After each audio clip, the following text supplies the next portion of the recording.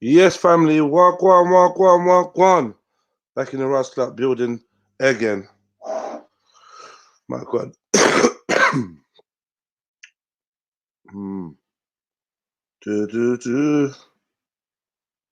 Hit that like button on your way in. Shit. Let me just do this. Hope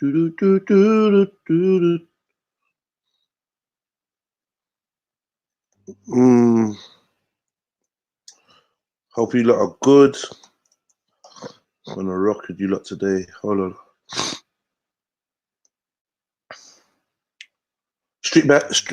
Extremely balanced advice show later on today. I'm gonna rock with it. Accept. Yeah. This woman, then hit your like button. Hit the like button when you come in.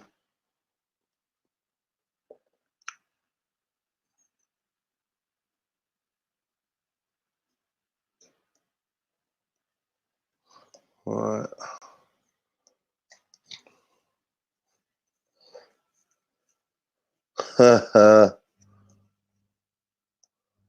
All right, let's do this. Let's do this. I'll take everybody in the SOUNDCLOUD building. Come on. Slow start. Right. VI Britannia, big up yourself. Rafu, big up yourself. Saramanda White, big up yourself. Overkill, aka Truth, big up yourself. Veli Vision, G Block, big up yourself. Come on. Old type man like Dark Lights. We in the building. We warming up. Let me get this thing. No.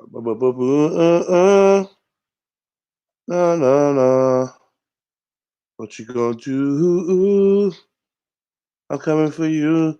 Coming for you. She said, yeah. Ooh, na. I'm coming for you. Right, boom. Boom, bam. Let me share this screen. My crew, my dogs, represent for the...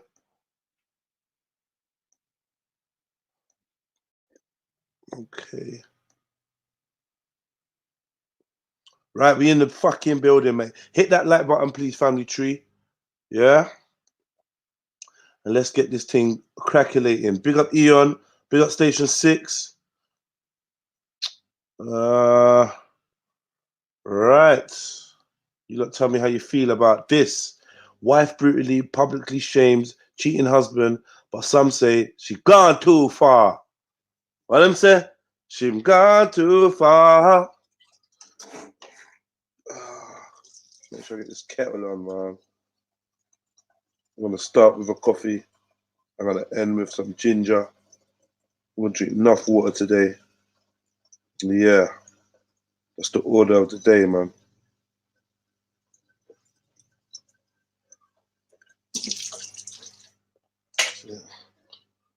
Yeah. Let me just turn this kettle on.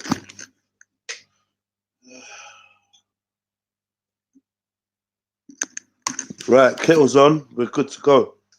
Yeah. Wife brutally publicly shames cheating husband, but some say she gone too far. Woman, you've gone too far.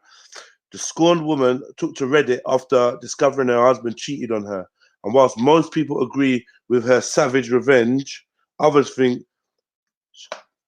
she didn't think it through, or she hadn't thought it through. All right, let's see what she done. Devastated woman took drastic measures to publicly shame her husband after discovering he cheated on her. The anonymous woman got her revenge by spray painting a message on their mattress, and it wasn't pleasant. In the message, she explains what he's allegedly done, and she told their children everything. While some have praised her bold step, others are worried she's gone too far. The message, written in red paint, reads, "I changed the locks, his name. Take the beds to her house. Slut, I'm divorcing you. I told the kids what you did in our beds, and they don't love daddy anymore. Woo! Them nah love daddy anymore. What, daddy got pom pom? What? I hate you, daddy. Hate you, daddy, for getting extra pom pom. Cheating on mommy. Hate you, daddy, for cheating on mommy. Liberties. Why am I cracking up? Wait, what? I've got to just write this down. Woman spray paints mattress. Woman spray paints. Boom. Maybe some more. Uh-oh. I changed the locks, taped the beds to house. Slut, I'm divorcing you. I told the kids what you did in our bed, and they don't love daddy anymore. They don't love you anymore. Cheating husband. All right, well, that's not that bad. That's minor. Is that what it done? The woman mentions telling her children what the dad had done and that she will be divorcing him. I mean, should you do that? Should you expose your cheating partner to the kids? That's a good question. Tell me what you think. Is that all? But it's not just the neighbors who saw the damning message. She also shared a picture of the damage to a Reddit thread anonymously entitled, "Let's bring the kids to this." But users are divided by whether she did the right thing. Many people called out her husband's behavior, with one saying, "Why don't the kids deserve to know that someone important in their life is a bad person?" I mean, I couldn't tell them details, but if they already know what sex is, they should know that the father did something wrong. The second agreed, the kids deserve to know why their family is getting split apart. Obviously, you have to cater somewhat to their age, but kids are smarter than we give them credit for. Fucking hell. Do you lot agree? Let me see. Do any of you lot agree, man? Here's the link, family. Man said cheating is not okay. He's viciously angry. Let me just put this link in the chat. Yeah, hit the like button, but let me know what you lot think, man. Dark Light says, depends on the kids. I hear you. I hear you, Dark Light, man. I hear you. I also hear Battle Hardened, who says that she's just salty. It sounds a little bit salty. I'm not gonna lie. I mean, sounds like she's from Saudi Arabia. She does sound slightly salted still. Who else is saying what? Dark Light says she gone too far. Using the kids as a weapon, says Battle Hardened.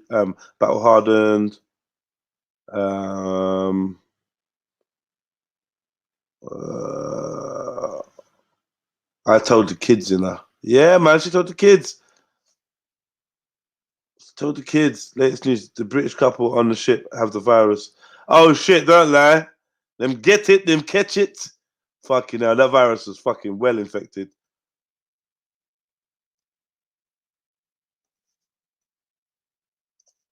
Yeah, it's getting all right. It's getting all right, station man. It's getting all right. I just pick and choose when I smoke now. Boy, it seems a bit deep. Let me make sure this link is in the description. Sure it is. Yeah, it is already. Cool. Yeah, it seems a bit deep, but life is deep, man. Maybe they do need the truth. Maybe the kids do need the truth, man. They look stressed.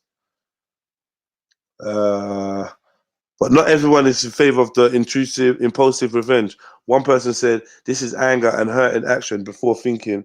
And another said, "Shaming your partner for cheating is fine in my book, but your kids deserve to have a good relationship with their dad, not have him slandered or something that had nothing to do with them."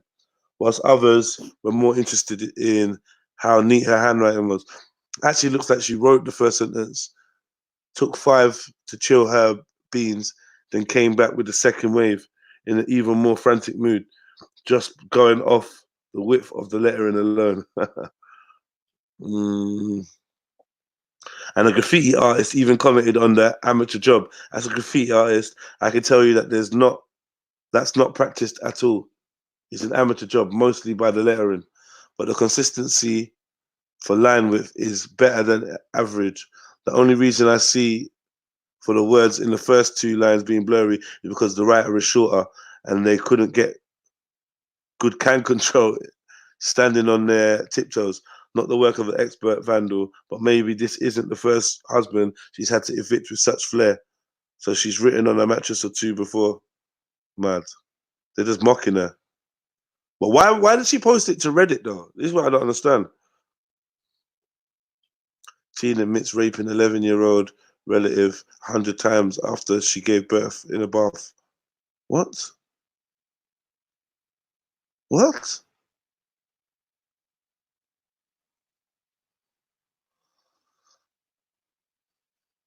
Rapist file remark to girl 7.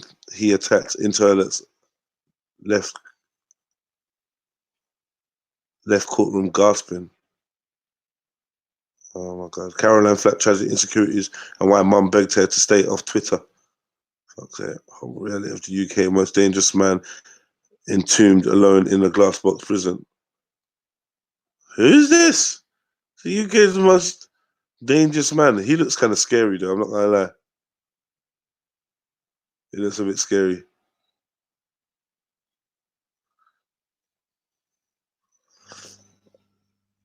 Yeah, man. Carnito. Good morning. Good morning, sir. Well, happy new day, shall I say? How are you? I'm all right, bro. Say that again, family. I have a nice You break. microphone. No good. Yeah. What's happened to your mic? You fucked it up. Yeah. I left it. It. How did you do that? Nah, you're finished, man. Mic on the phone, innit? Oh, that's better. That's better. Yeah, I lent the headphones to my son, and he must have fucked them up. Ah, mad thing. Putting them in his football bag with his boots and whatnot. I'm gonna run get my so yeah, so you saying that, headphones though, man. So you saying that woman shouldn't have exposed her partner? I think like the damage that she's gonna do to the kids far outweighs any kind of like satisfaction she's gonna get from revenge or shaming him, let's say. What are you saying? Kids are gonna get damaged by the truth. Yeah, it's like, especially if they're boys, like what are you telling them, like, don't fuck. Like, oh, yeah, no, maybe she's saying don't cheat on your partner. Is that not a valid? Do kids need to learn that lesson? Don't have sex with other people if you're in a relationship. Is that a child lesson or for adult years? It is, but it's sounding like that people are questioning whether them kids are old enough to even know about sex yet. So they sound young. I mean, for instance, if your partner cheated on you, like just say you had a child and a partner, would you, when your child's saying, "Well, Daddy, why are you not staying here no more?" What are you gonna say? Oh, like, Daddy, don't you love me no more? What's going on? You're gonna be like, oh, well, no, me and your mum just going through some things, or fuck that, it ain't me, it's your mum, innit? It's your mum's done something really bad. Your mum's hurt Daddy really. What are you gonna say? So no, but like that does kind of come down to the same thing of using the kids as a weapon still, innit? Regardless of. No, your child wants to know the truth, Con. Your child wants to know why you're not staying here, Dad. Yeah, but you're going to tell them the truth about everything. You're going to tell them the truth about Father Christmas. You're going to tell them the truth about there's no heaven. What are you going to tell them the truth about? Where are you going to draw the line, bro? Yeah, no, you're going to draw the line when they've not asked you, I would say, innit? When they've asked you, though, Khan, and it's like, what's your choice? Either, what's your choice? Throw it up, bro. Some kids ask, some kids don't ask. Let's deal with the child that asked. Let's deal with the child that's asked, yeah, Khan, and said, Daddy, tell them don't ask, why are you, what? Are you mad? Don't ask. Khan. It is what it is. Nah, Khan, you ain't gonna say that. Oh, Daddy, why are you not staying here? I don't know. Gotta tell you, Daddy got it is what it is. It is what it is. Yeah, you can't, man. You can't do that. It is what it is. Don't ask. Don't ask, son. You get me? It is what it is. Dad's just not there, innit? Yeah. Now he's gonna be like, fuck off, Dad. Like if that's how it is, thought you loved me, fuck off. What's this daddy not there thing? Like, I don't understand. How comes? How can daddy not be there? What, because she's kicking you out? You're going straight to court, innit? This is England, bro. You get 50% custody overnight now. Don't even need a solicitor. Man, no. Yes, bro. Big up, family. What's good? Like, not there. Yeah, assalamu alaikum. Peace be upon everyone. This some next profile now. What's this one now? Yeah, this is my picture, innit? It's Khalid. Yeah, but you got Mikey. Now you got K East Coast Overdose. Yeah, man, that's my new thing, man. I changed the name up. The East Coast Overdose, you know. What's that? East Coast Africa, innit, man? Okay. That East Coast Overdose, you know how it is. Okay. So listen. Well, I'm not. Yeah. Khalid. Yeah. Your missus cheats on you. God forbid. Yeah. Your missus cheats on you, and you move out the yard. Now your son is saying, "Right, Dad, why'd you leave? Like, why'd you leave me? Why'd you leave the house? Your mum's a whore." Yeah. What'd you say? All right, Jed. Sorry about that. Is that someone's kettle? Yeah. Oh, yeah. Oh, fuck. And now, Jed, can I ask, how old's the kid? How old's the kid, though? Yeah, details, man. Fuck it. I'll be truthful with the kid. The kid is 8 years old. I'll say your mom fucked up. Because at the end of the day... How did mom fuck up, Dad? Well, she's, you know... Next dude fuss up inside her. Come on, man. Shall I tell you why, Jed? Yeah. Tell you why, I'll be honest, because the minute you boss, obviously, you've bossed out now, yeah? And we all know women. Your father's deadbeat, you could be giving her everything. That's facts. She's dropping them things on us, man. You're driving around in a Ferrari, she's like, your dad's a deadbeat. Yeah, bro. You know, I've seen girls like that. I've seen it amongst my own circle where certain men are great men. They're good fathers. Yeah. That's a learned behavior. So now your child wants to know, why did you leave? And you're saying your mom fucks up. What do you mean, Dad? What do you mean? I'll say your mom fucked her next man. I'll tell her. I'll be honest. I'm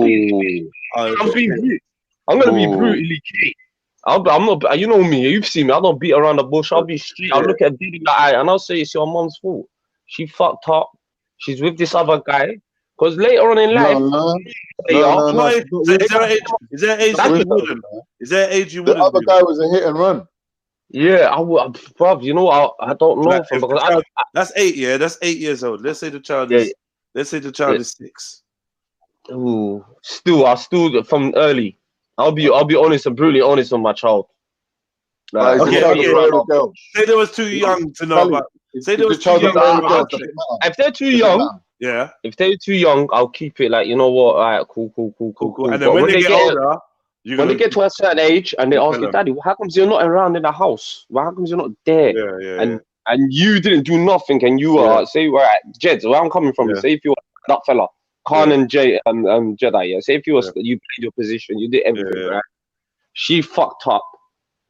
And I'm you know, a lot of women don't like taking L's. They don't even like admitting to L's. I'll say that straight.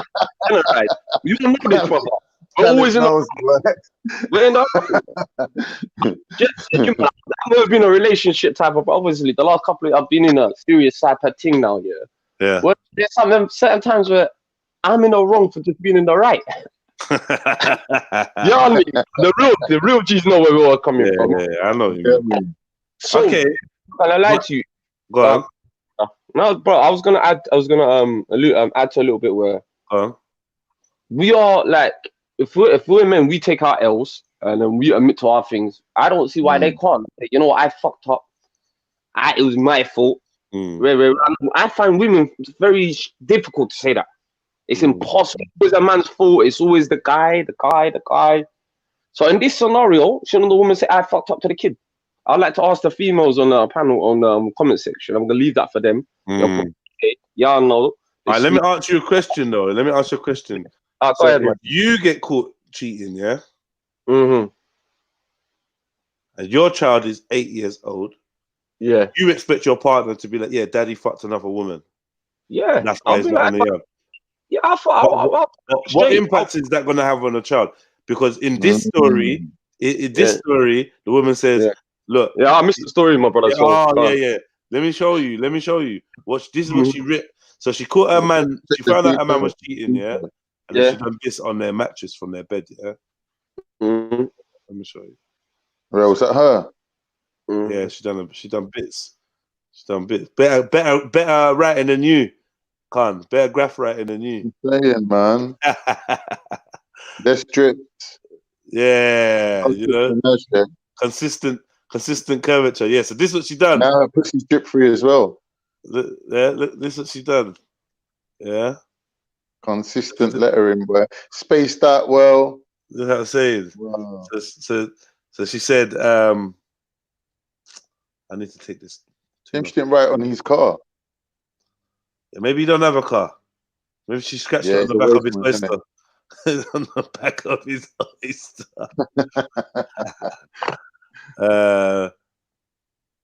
Right.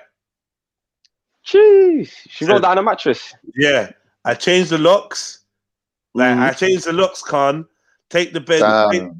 Take the bed to. Love don't live here anymore. Now it's just right. Take the bed to Becky's house. Slut, I'm divorcing you. I told the kids what you did in our bed, and they don't love daddy anymore. Now that part, they don't love daddy anymore. Do you not think that is that worth it to tell the kids something that's gonna make them not love you no more? Wouldn't you? But the truth is, hope she didn't say nothing? We ain't seen Becky. Becky could be banging. She could be worth all of this. Oh, come on, Khan. No. We're talking real right now, Khan. Yeah, I know she could be banging. She could be TT, but at the same time, I understand where Jed is coming. It was turned, didn't it? It went from a 2 out of 10 to an 8 out of 10 overnight. Mad. You know what I'm saying? No, but where I'm coming from, Jed, yeah, it's like, I think she's still in the right, fam. Obviously, she's hurt. You fucked up. Yeah. You've gone beyond the thing. Own your own thing up, fam. Yeah. I think honesty is the best policy in them ones there. And plus, the kids are still young. You still got a chance to be a great dad. Okay, you're a shit husband. How? They don't love you no more. The kids are like, kids are always gonna love that. Kids are always gonna love that. The kids are taking daddy's side. Like, nah, you cheated on my mum. Oh shit. See, but at the same time, though, she's lining them up for when Jim starts moving in that.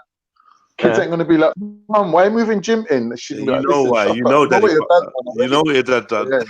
Well, I don't deserve now. Next daddy's coming.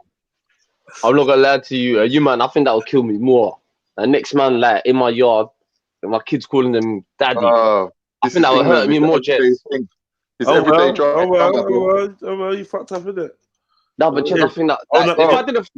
Did you just say own up to your thing, innit? So, boy, this is the consequences. Now, a real non-cheating man has stepped up.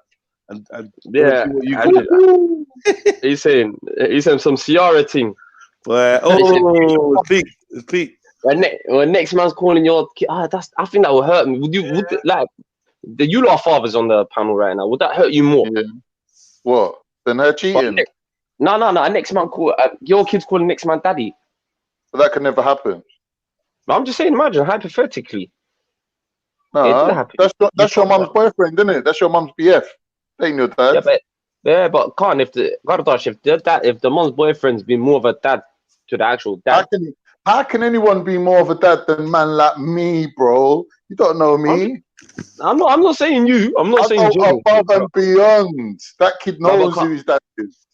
No, but when he's trying to compare, wait a minute, we got real dad on this side, and who's this guy over here trying to be dad? Nah, bro, you don't even come close. There's no confusion, man. Man's gone above and beyond, bro. Yeah, I mean, once he's waking up with your child in the house, going to sleep, and there for all those little moments, I mean, I understand why jealousy would creep in. You know, I get it. Yeah, definitely. You're gonna feel away. Yeah. But your kid calling them daddy, that's too much. That's too far. But some people encourage that. Some women are fuckery. Oh no. Some women are fuckery will encourage that, yeah. Have man calling man daddy number 2 and daddy number 1 and that. or daddy Nah, and papa. Daddy and pops and that, you know. Oh, Father, when I met my baby mother, yeah. Father, hello, father, and he gets daddy. Yeah. I met my baby mother, yeah. She had a 6-year-old already. Right? We went to the nan's house. Nan's telling the kid in front of me, Khan's more of a dad to you than your own dad ever was. Oh. Like that. As soon as we leave the house now, I take the kid to the side. I said, listen, don't listen to your nan, yeah. Your dad's your dad. Yeah, that's your flesh and blood. Yeah. Don't let no one tell you nothing like that. Yeah, we're not going to argue with nan because she's old. But know the truth, yeah. Your dad's your dad. No one can take your dad's place. Do you know what I'm saying? Real talk, man. That's some real G there. That's an MVP there, bro. Big ups to you, man. Teach them a good lesson. Them poisonous nans chatting shit.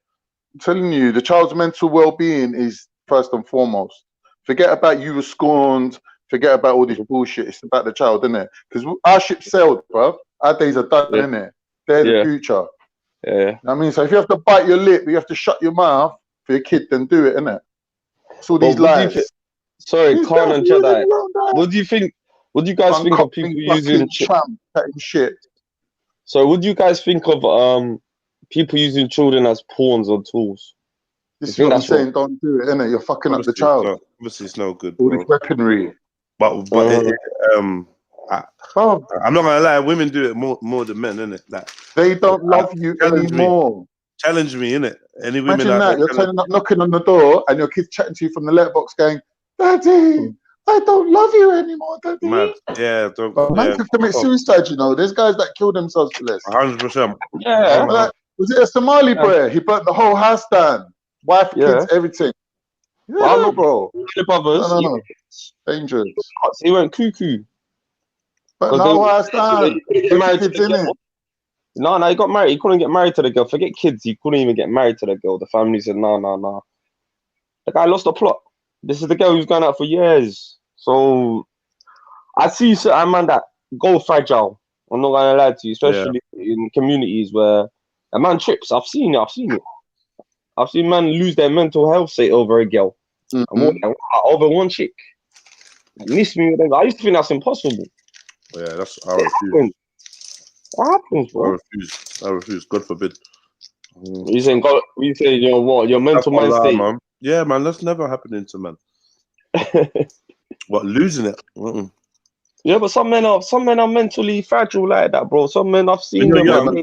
That's one of the benefits of when you actually do lose it and you come back from something like that. That can never really ever happen again. So you're sort of like proof. Tell us the story, Khan. I'm saying is like, Did your baby mother make you go a bit loopy? No, I'm saying like before I even met her, I already kind of like was mentally fortified. What happened? You know what I'm saying? I was mentally reinforced. I had my measures in place. Tell us the story that fortified you, bro. That's what we want to know. What, from day one? There's something happened, isn't it? So who was it? Like a first love or something? What, from when I was young? No, man. Cannabis. You know what I'm saying? At a young age. I'm saying like, that's it. Like really, it's like cannabis psychosis, isn't it? They call it. It's like, like we call it getting allergic to weed, but really, it's not allergic.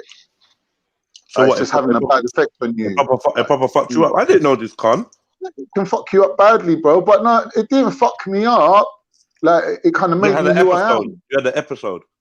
Bad episode, like 3 months episode. 3 months. Tell us about the episode, brother. For 3 months, I couldn't come out my house. I was like sociophobic. Couldn't come around people. Like even in my own house, like it's coming out like when everyone was sleeping, just to eat a little bit of food or go toilet. 3 months was really bad, bro. What was going through your head? What was going through your head? I don't want. Saying like when there's a reason for something, you can explain it and it's rational. It makes sense. When something hits you out of the blue and there's no reason for it, it's just even worse, isn't it? Like you don't know where it's come from, why it's happening to you. Is God cursed you? Like what is it? Do you know what I mean? You don't even know. You just roll. All you know is that you don't want to be outside, and what do you feel scared of the outside or around people? Or, you know what I'm saying? You're hearing all negative like vibes inside your body. Like it's not like you're hearing voices in your head, but sort of like that.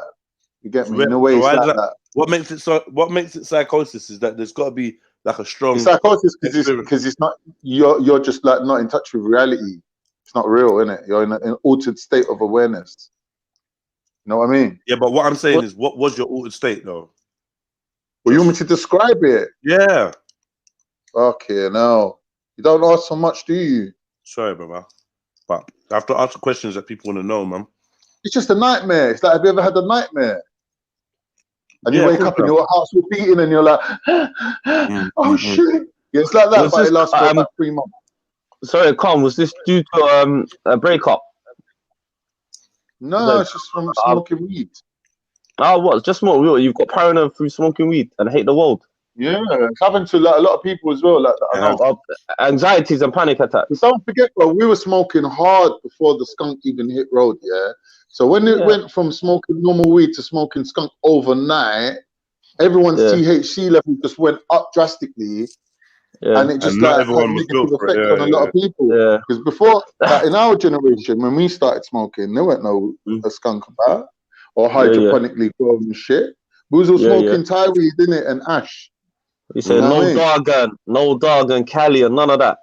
Yeah, none of that. So overnight, when that shit hit, we all popped on me anyway. But listen, bro, that's what I'm saying. No, I reckon that was due to certain man, they can't handle it. I've seen certain man go.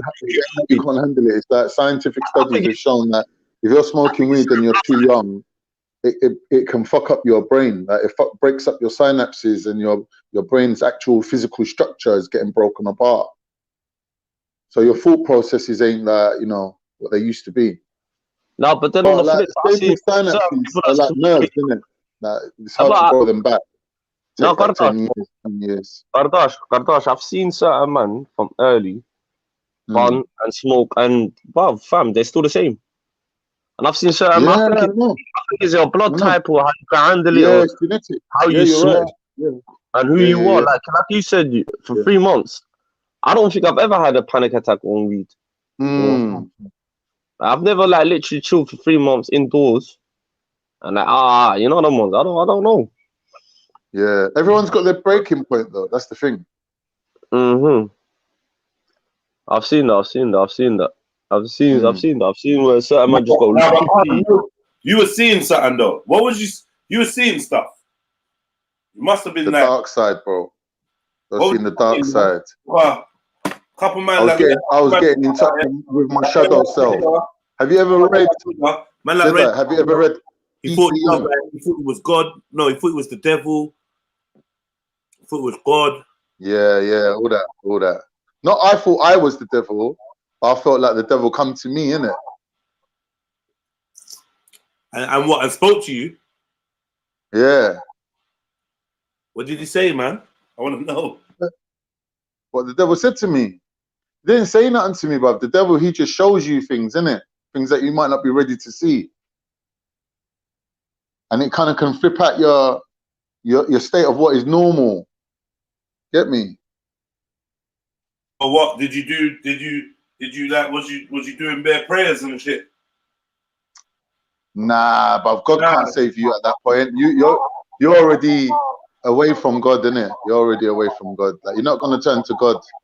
And even if you do, like that's a long road back. It's just you and the devil, isn't it? From just smoking weed, now you turned away from God. Why? No. What do you mean? If he was with God, you wouldn't be smoking weed. What are you doing? Smoking weed and then like getting closer to God with weed? How you doing that? Boy, I hear you still. I mean, so you're one of them people that believe that God won't answer your prayers or whatever for 40 days or 40 nights if you're intoxicated, yeah? No, it's not like no, it ain't that. It's that what I'm saying is I don't believe none of that. God, that what I'm saying is you think weed is anti-God or God is anti-weed? No, man. I had this argument with a lot of Muslims. Yeah, I don't believe that. Like, well, you born a zoo. Yeah, what you can't pray for 40 days, but Allah told you to pray every day. Even that. I don't know. Some people say, "Oh, it's again Jedi." Yeah, you know me and Khan. I don't do this next man's interpretation of my deen. You know, you get where I'm coming from. If something don't feel right to me, You get me? I don't do none of this. Where, man, pray 5 times. To me, my religion is very basic, innit? Pray 5 times, Ramadan, go to pray charity if you can, help out if you can, you know, simple. And let people live their lives. Because there's ayat Quran, you do your thing, I do my thing. You can't come from Jedi. Jedi's took it straight to Hadith, yeah? Let's look at it from a scientific kind of point of view. If you drew a map of your mind, yeah, you'd have God living on one end. The opposite end would be your shadow self, which is every time you say, I am this, the opposite gets allocated to your shadow self. So the human mind, that when you tell your kid, I am good, or you're a good boy, he says, I'm good, yeah? So what happened to bad? Bad goes to the shadow self. So you're creating an alternate you, yeah, that lives in your subconscious. And when you get in touch with that subconscious, trust me, is that a technical? That's the opposite part of your mind. Is that a technical term? That shadow mind. Yeah, the shadow self. So that's opposite of where God is. God is the higher self, the super ego. Yeah, that's God. But in your psyche, you draw a map of your psyche. The shadow self is the opposite end of that. That's the lower part of your being. Yeah, that's where all the desires and things come from that you don't know. Where does this desire come from? All of a sudden, I'm aware of this desire, but where did it come from? Get me? That you want to smoke, you want girls, that everything that's worldly that you desire. Yeah, where does them desires come from? Get me? So it all comes from the shadow self that you've created, this other being that lives inside you. Yeah, one Muslim to another Muslim. Dark side, sorry, I don't know about the dark side. You know, I think Jedi, we don't like them things. You get me? Why the dark side? Why can't it be the white side? I'm gonna joke. That terminology. It's how it is, isn't it? All right, I'm talking from one Muslim to another. Jedi, I want you to listen to this one. How can I've never believed, oh, you can't pray for 40 days if you burn weed. How are you supposed to repent to Allah for your faith if you can't even repent? Like, you know, it don't make sense. After 40 days, isn't it? The way I've been told. No, but if Salah is mandatory, so I have to stop praying Salah for 40 days, get my body intoxicated. Allah ya'lam if I can live, Jedi. No one said stop praying. Just know that your prayers are getting answered. The effort might be still recognized. But says who? I've had this convo with Muslims as well, like bare times. On camera. Because I'm like saying to a man, don't judge me. Because if you just bunged a spliff yesterday, you doing your salat and everything today is cancelled. It's null. It don't mean that. But then man was saying to me that just the attempt to do that is a good thing anyway, regardless. So it's a restoration, brings it back. Okay. No, that's all right. But see the thing about the 40 days, that's not Quranic, that's Hadith, right? Yeah. And that's the thing. This is the thing that boy, some of these things I don't know. If some people are saying some hadiths are not authentic or this, that, really truthfully, all these things, I believe in the Sunnah and the hadith. I believe in praying, but nowadays, if people are really adamant that some things are not authentic, and some people just added this on, or some of it. But me and Isa had an argument recently, about a couple of weeks ago. He's telling me some of the stahas and some things are blatantly racist. And why is it very? So I'm like, you get me? So I don't know, man. Certain things need to be scrutinized. But my angle is, you know where I come from is looking at certain things and why do I need some third, fourth party to interpret things for me as a human being? This is the bit I don't like. Who's that? The scholars. I don't subscribe to all of that. A man that's just like me, that's read something, that's had a notion to understand something, tell me, oh, wait, and I'm supposed to just blindly follow it.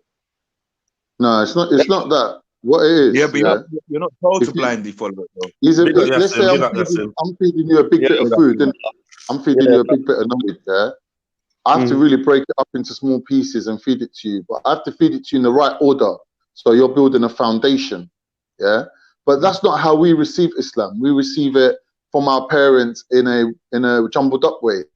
So we're forming our own mindset, and it's not according to traditional teaching.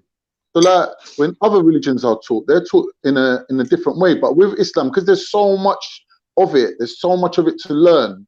Yeah, people are thinking because they're jahil. Yeah, whatever I can teach my kids, it's all good, isn't it? It's all Islam, Nah, isn't it? but it's not so much you have to learn. It's cultural. There's a lot of cultural Islam rather than real Islam. You get me? Islam is not a lot. Exactly. It's one book. Yes. Look at it. Do you know what I mean? When you break it down and you teach people. Sorry, Con. What's this brother's name? I can't see your name. Yassim. It's Flame. Yeah, Yassim. I totally agree with some of what you're saying. Something that you just said. It's certain things culturally based, and we're just blindly following.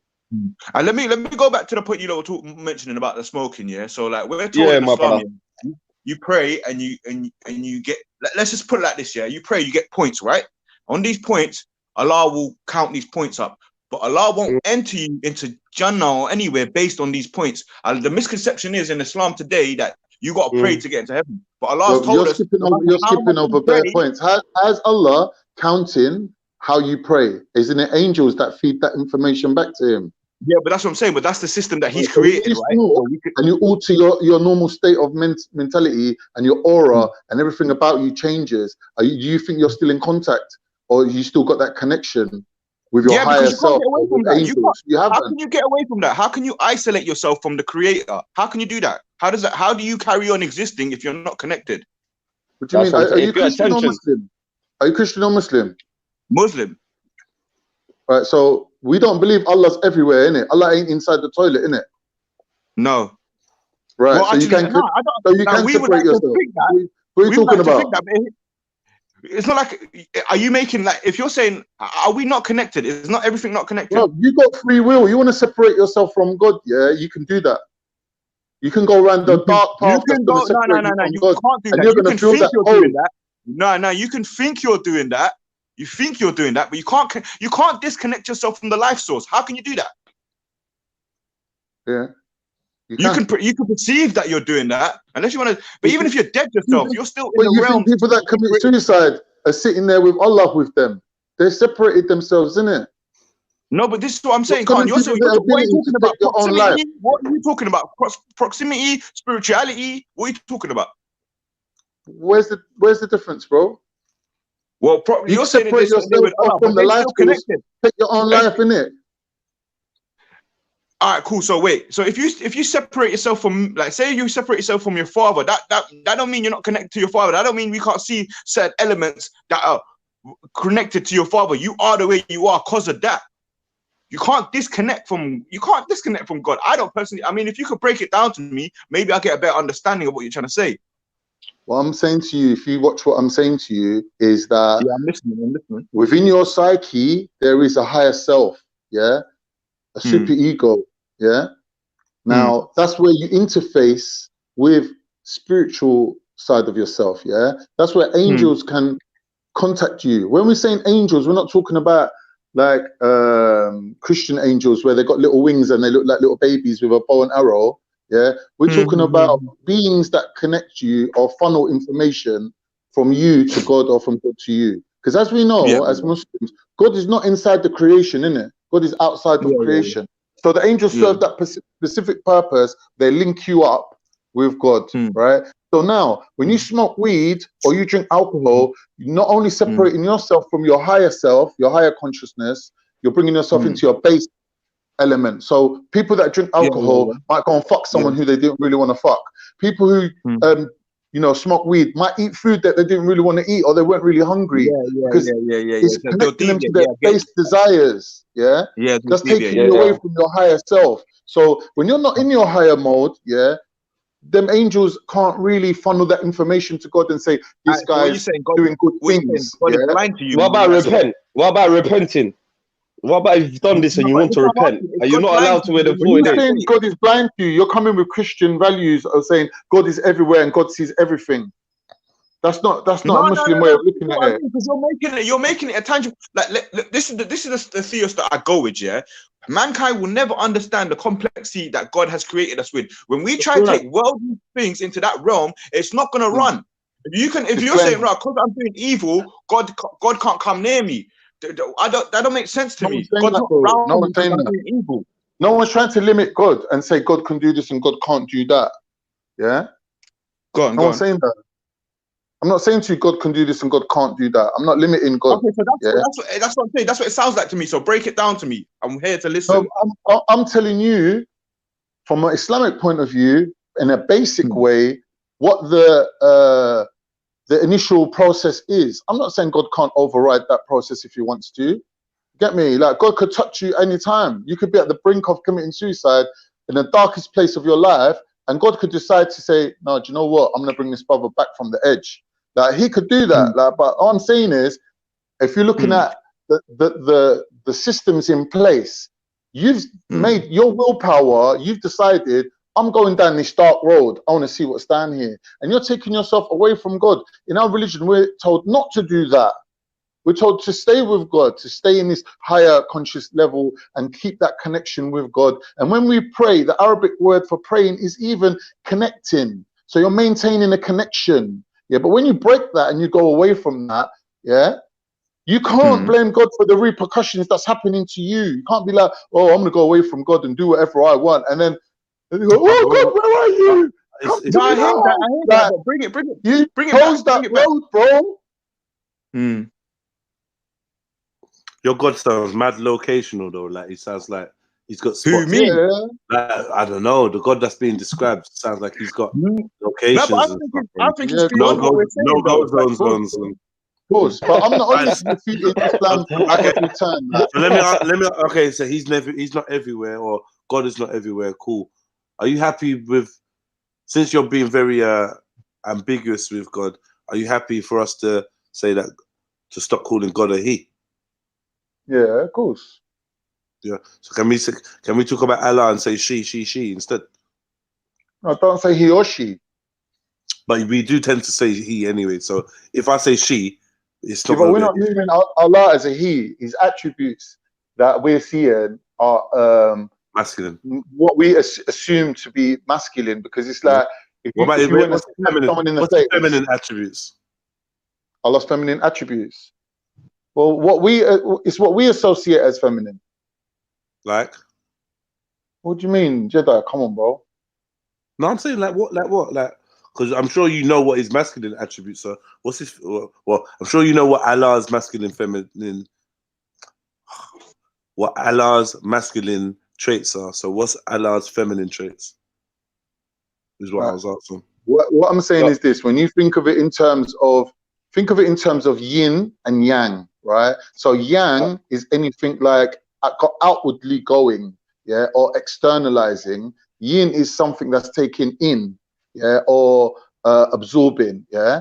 Now, when you think of it in that concept, yeah, because it's something, this is outside of Christian values or English words. Let me bring in yin and yang concepts.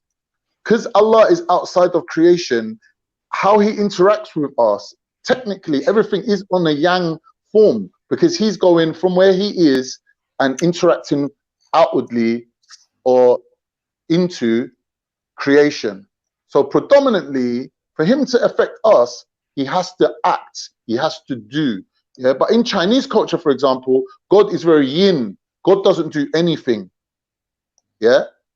Now, in our concept, in our mythology, God acts, God does. Yeah, that's all yang. That's why God's attributes are mostly yang. That's the reason why. Because you're still using some cultural backing for what you're saying, and I'm saying it's beyond that. Like, you could have your understanding of God through that, but that's not. I'm breaking it down on a basic level to someone who's asking me a simplified question. Now, when something's simplified, if you don't simplify your answer, you're going to trip over. Last one. Too much stuff lying around. You need to remove all the stuff. Last one. Carl, give me give me one. Yeah, go on. How you asking man them soul searching questions at 9:30 in the morning? Let me ask you one more. I'm ready. You can't make me contradict myself ever. Come, you ask me anything you want. No one's trying to make any. Hold on, slow down. That's cool. No one's trying to make questions there. No one's trying to make anyone contradict themselves. Yeah, that's the first thing. Yeah. Secondly, if you do contradict yourself a lot, Khan. Yeah. So all this. Not on these matters. No problem. Thirdly, what I wanted to ask was, okay, so according to Khan and others, because Khan didn't bring this to me, like Khan is just kind of the recipient. He's kind of backing this, but then obviously there's 2 other Muslims here maybe have their own view on the whole 40 days thing, taking yourself away from Allah via smoke, or via smoking or being intoxicated. Cool. Yeah.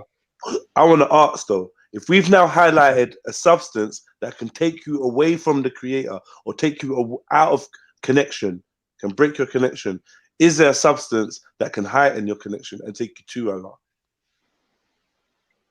Who wants to go first? Shall I go first? Yeah, you go first. On that one, Jedi, because I see myself as more of a spiritualist Muslim.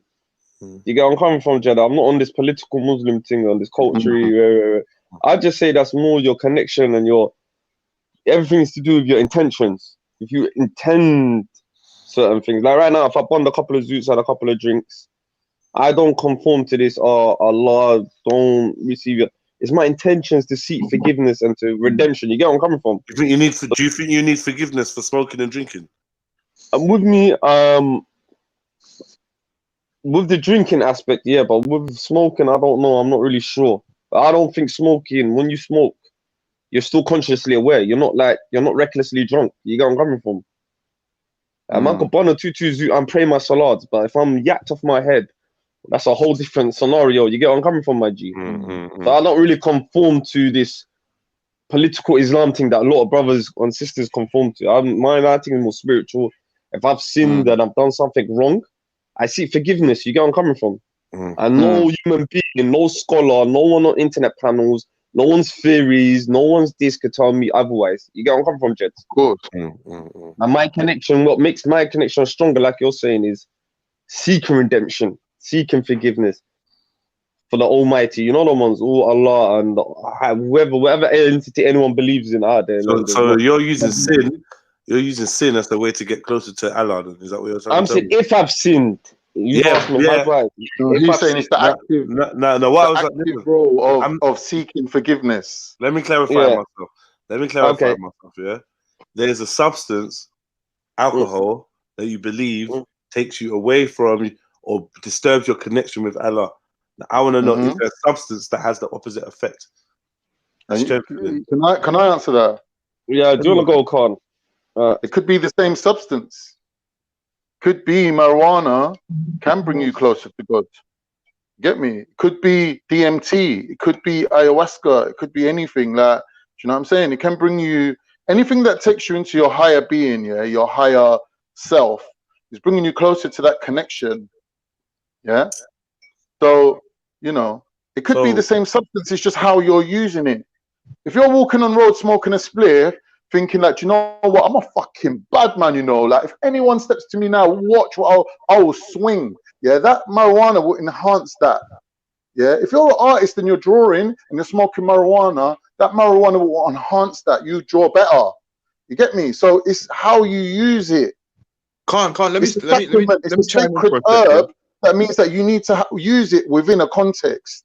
When you're using it free willy-nilly, waking up 3 o'clock in the morning, smoking a spliff, walking on the road, smoking a spliff, sitting on the toilet, smoking a spliff, you're not doing it the right way. You get what I mean? So when you're talking about a substance, it's also about your mindset and how you're interacting with it as well. It's not always about, this drug has this effect. Man in the chat saying that no practicing Muslim takes you lot seriously. No, but listen to this. Ultimately, no man can decide. No man can decide. Ultimately, no man can decide. Because I've seen a video, where there's a drunk brother, he's off his face, he's come to the mosque, and then people have whipped out their phones because he's waved, innit? And he's trying to come in and pray, but everyone's trying to stop him, saying, no, you can't come in. You're waved. Now the man's come over. He's like, right, come with me, come do wudu and whatever, whatnot, your ghusl, and then praise the Lord. As soon as he goes down and puts his forehead on the ground, the guy dies. Yeah. So now he's He's in the position that's closest, that gets him closest to Allah, but somehow he's got something in him that takes him away from it. So what does that mean? This is my point. Man can't decide this. Man, like I could see a drunk person and say, that's a very specific case. We're talking generally, and you're bringing very specific cases. This is my point, though, Khan. No, listen to what I'm saying, though, Khan. Listen to what I'm saying. Hear me for a second, yeah? A man cannot decide. A man cannot decide what another man's path is or where he's going. Man can't decide that. That's why in Islam we're taught. 100%. We're told all of these things. We're told all the things to do. But we're also told none of these things are going to amount to your Jannah. Only Allah can decide these things. So all of these external things, man can't act on, and man can't say, right, this person's going to do this, this person's going to do this. I can't look at Jed and say, right, Jed, you know what? You're going to go to hell, because man don't know what in Jed's heart. Man don't know that. Thank you. Yeah, thank you. I agree with that. So I'm not sorry, Khan. Bear with this. What about the one, the great hadith where the man killed 99 people? He spoke to the sheikh, told him, no, you don't think wait. He cut off his head as he's walking to another sheikh. The sheikh's like, yo, go seek righteousness, and he died halfway through. Well, I know you know about that hadith as Muslims. Yeah. You know them ones, yeah. So you know about this one, innit? Yeah. So yeah. But this is my point, though. This is my point. I'm agreeing with you on this type of subjects. Well, yes, sir. Just spot on. Who are someone else to tell someone? Like you're saying, like half these people in the chats here.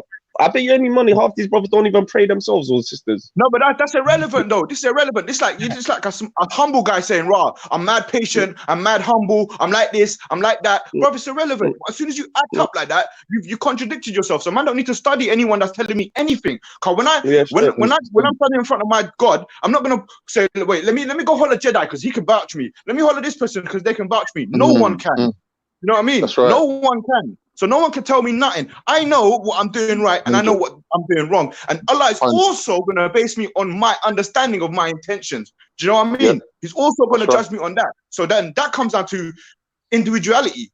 No one can tell me nothing. Do you get me? I could, like what Khan's saying, on a base level, we could tell each other that's kind of wrong, that's kind of right. But I can't tell you how you're going to get judged on that. Because like we had in psychology, we had a scenario where there's one of the Hitler's deputies there. He's a fucked up brother.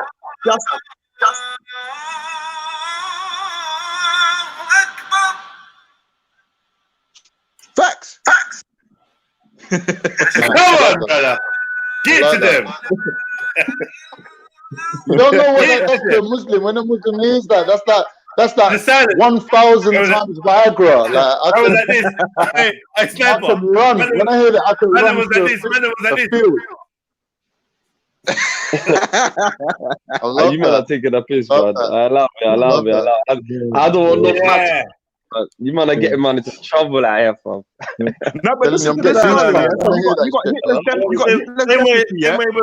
When we was at church on Friday, on Monday, same way, on Sunday, same way we was playing the organ, same way when you man are taking the Islamic and that, man gonna play your theme music still. You know what I mean? Theme music. It's positive vibrations, bro. That's how you perceive it. It's however you perceive it, isn't it? It's positive vibrations. But listen to this, so now you got Hitler's deputy, yeah? He's gassed bare Jews in the gas chambers and whatnot. Then he's bopping home. He sees a little toy, yeah? He picks up the toy for his youth. In that moment of time, is he still a bad guy or a good guy?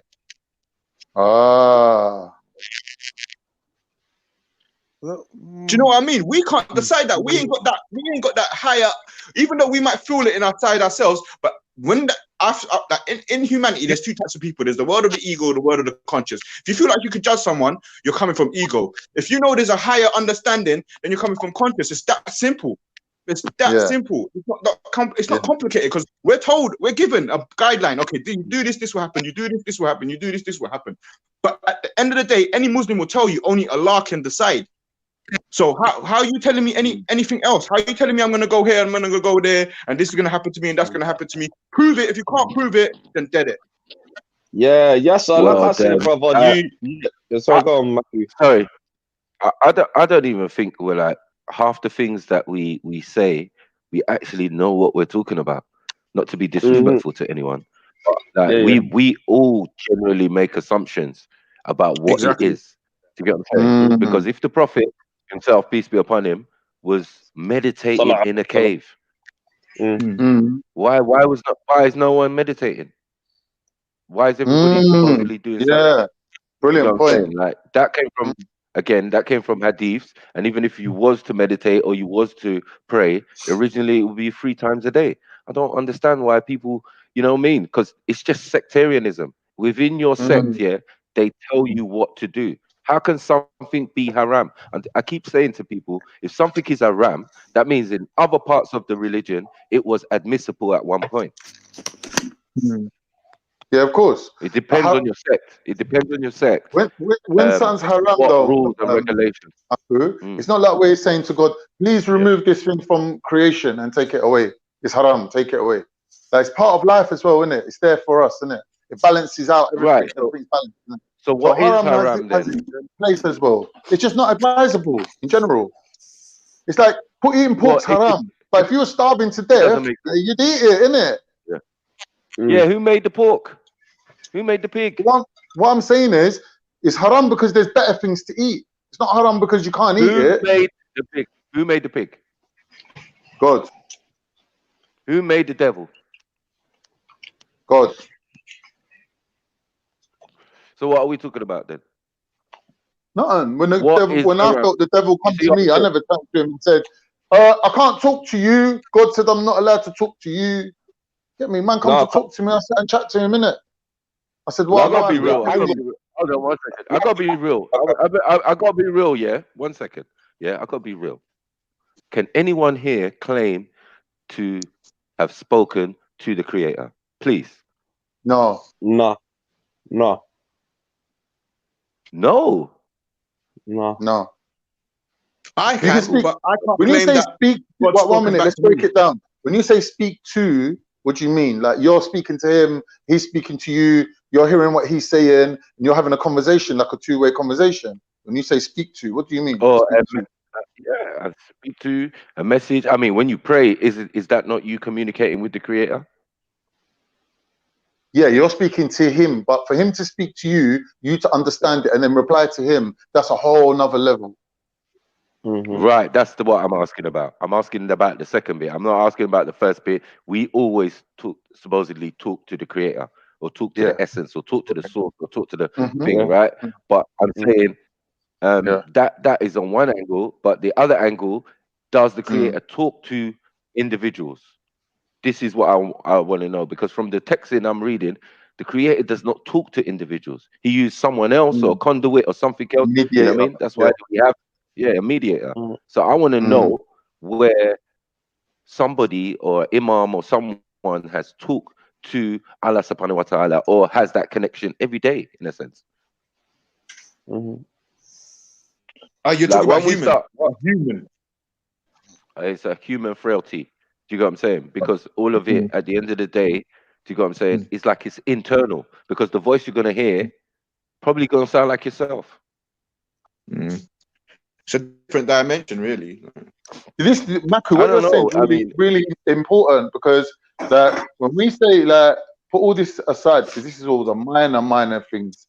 When we're talking about, for example, Hazrat Isa or Jesus, he's called Ruhullah, the Spirit of God.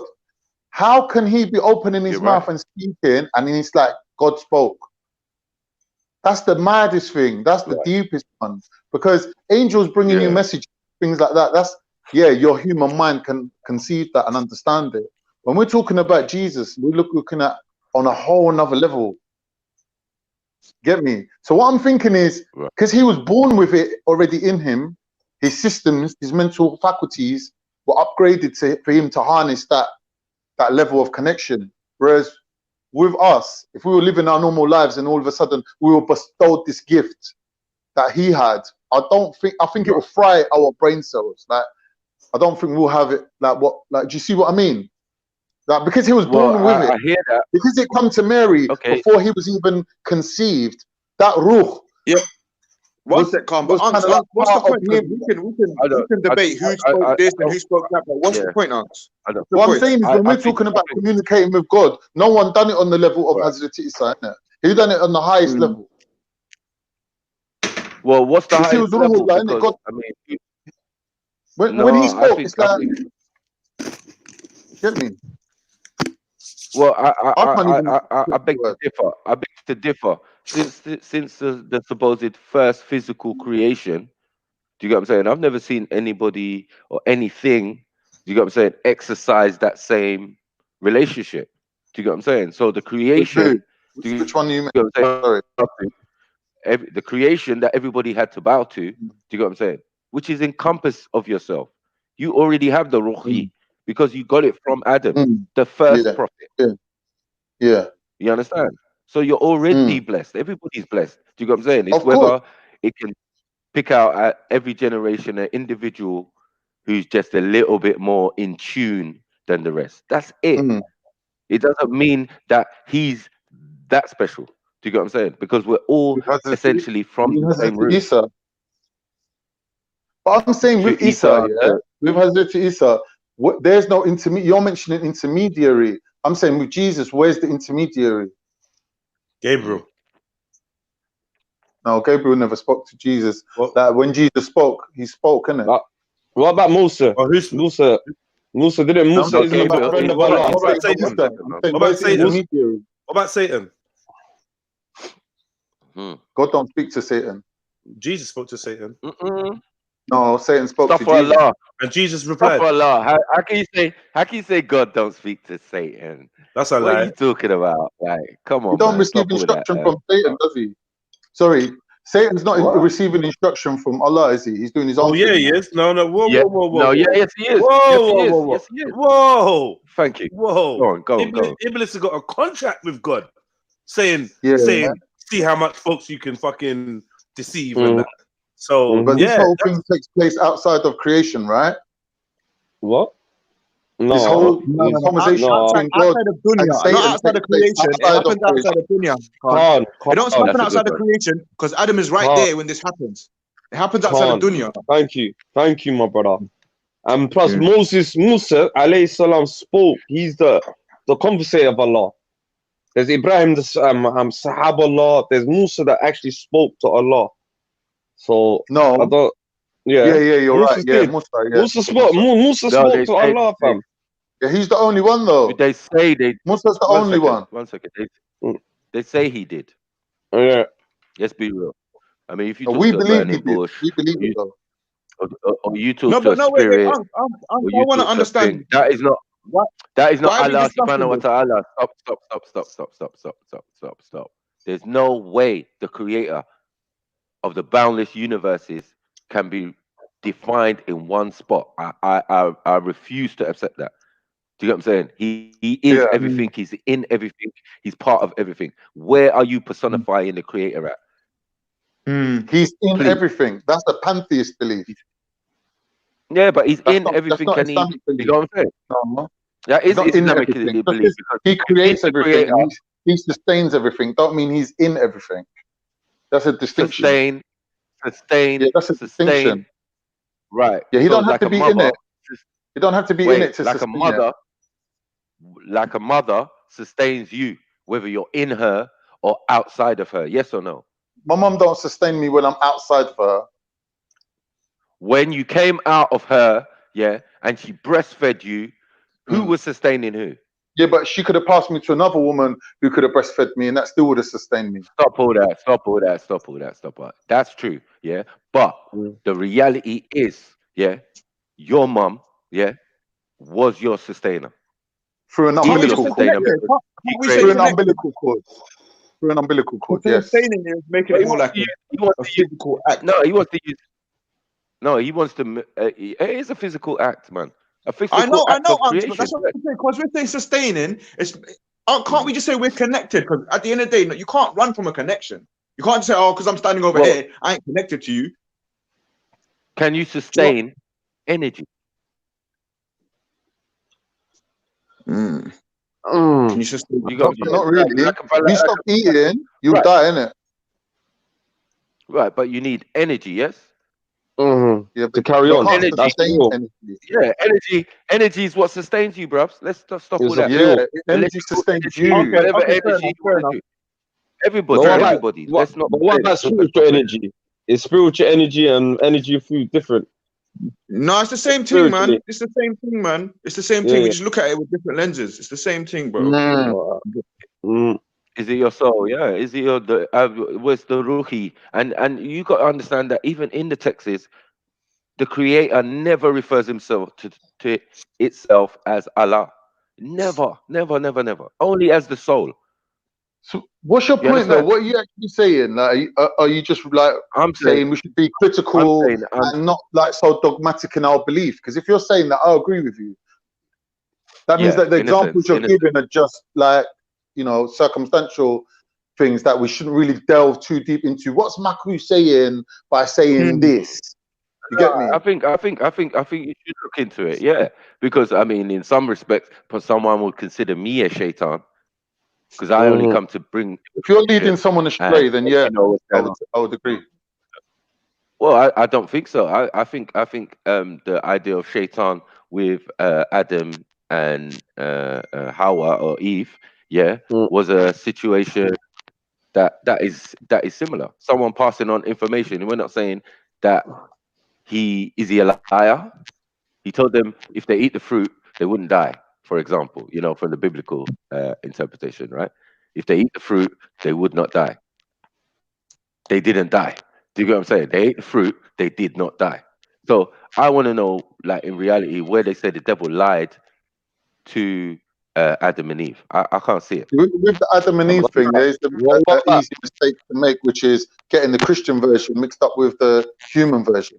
With the Islamic version, Adam and Eve made the conscious decision to leave heaven and come down to earth, and live the life that they chose to live and give up their eternal life for our benefit, so we might live and enjoy life. That's the Muslim version. See what I mean? So we can get confused, like, because there are similar stories, like Abraham sacrificing his son, Adam and Eve, like stories about Isa, stories about Moses. It's very similar Christianity and Islam. So we shouldn't really get the two versions mixed up, is what I'm saying. Get me? That in our version, they weren't cast out of heaven. Get me? They didn't come down to earth and have sin on them.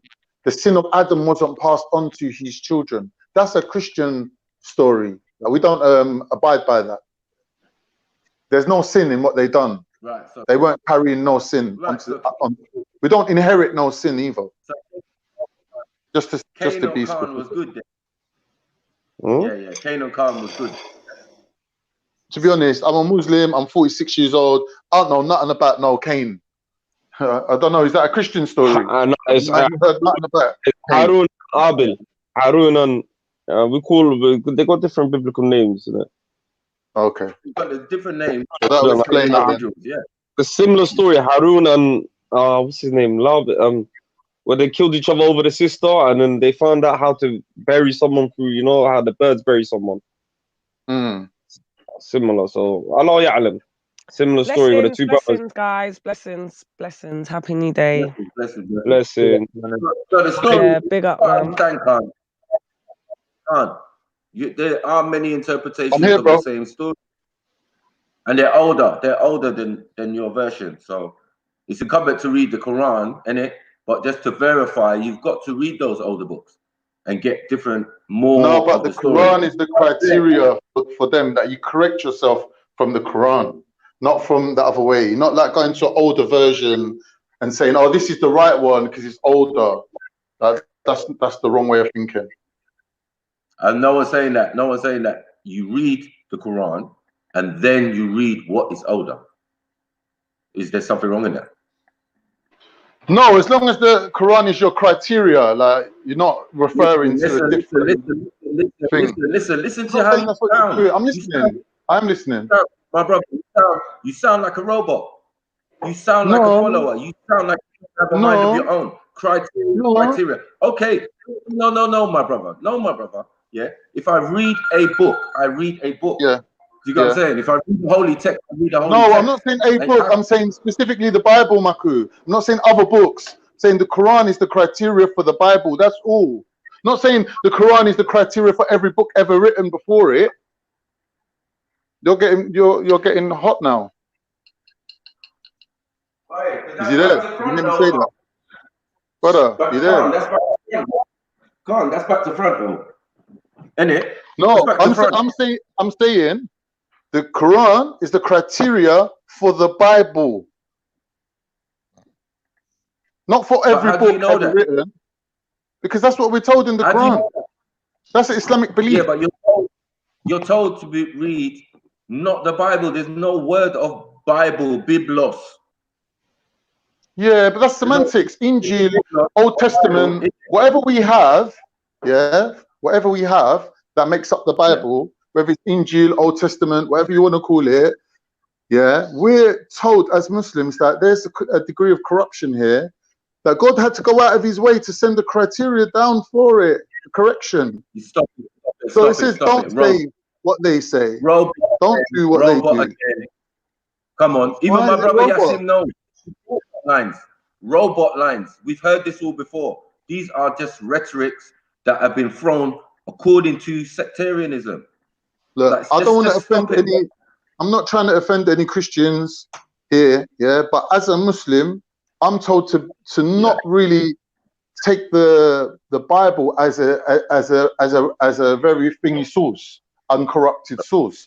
So the only things I can believe in the Bible is things that's corroborated by the Quran. I'm sorry to tell you, but as a Muslim, that's my position. I'm not telling you, oh, give up the Bible. I'm not telling you that.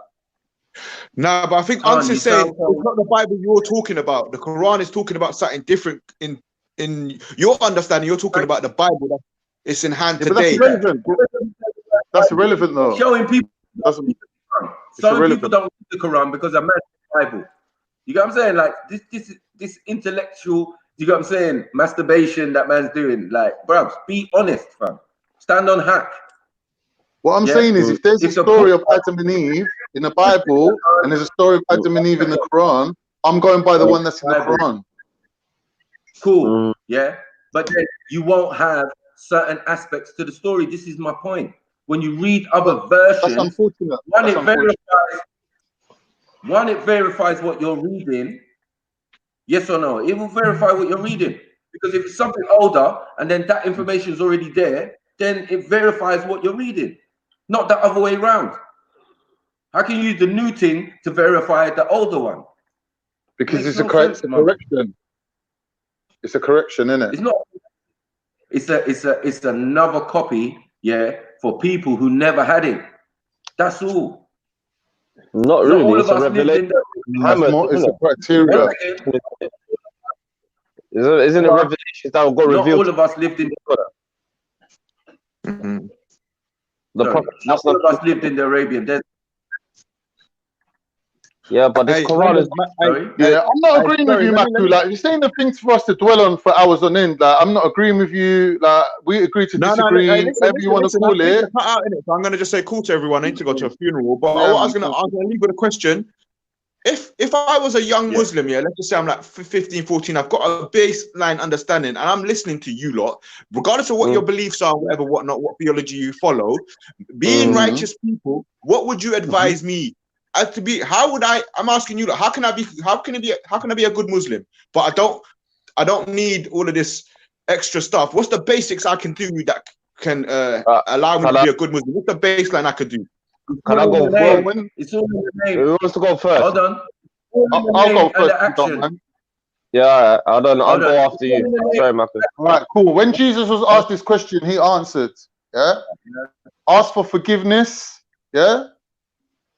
and practice ablution.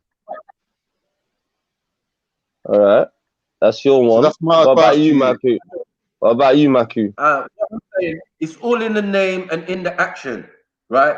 To be a Muslim, a peacemaker, and to live peacefully. Islam, that is older than any of the texts that you're going to put in front of me. Okay. Can I have a crack at it? You got what I'm saying? Can I have a 1 second. Sorry, go on. It's very simple. So I would tell a young man, it's very simple. Be a good Muslim. You got what I'm saying? Be a good Muslim. Be a peaceful. Live in peace. That is the basics. Everything else you can add to. Yeah, that's a good one. And make things come. That's it. It's very simple. I'd just like to add a little bit to Michael. I say righteousness as well. Be as righteous as you can in any situation. You know them ones. And To me as a Muslim, don't oppress your ways on other people, bro. Lakum dinukum waliya din.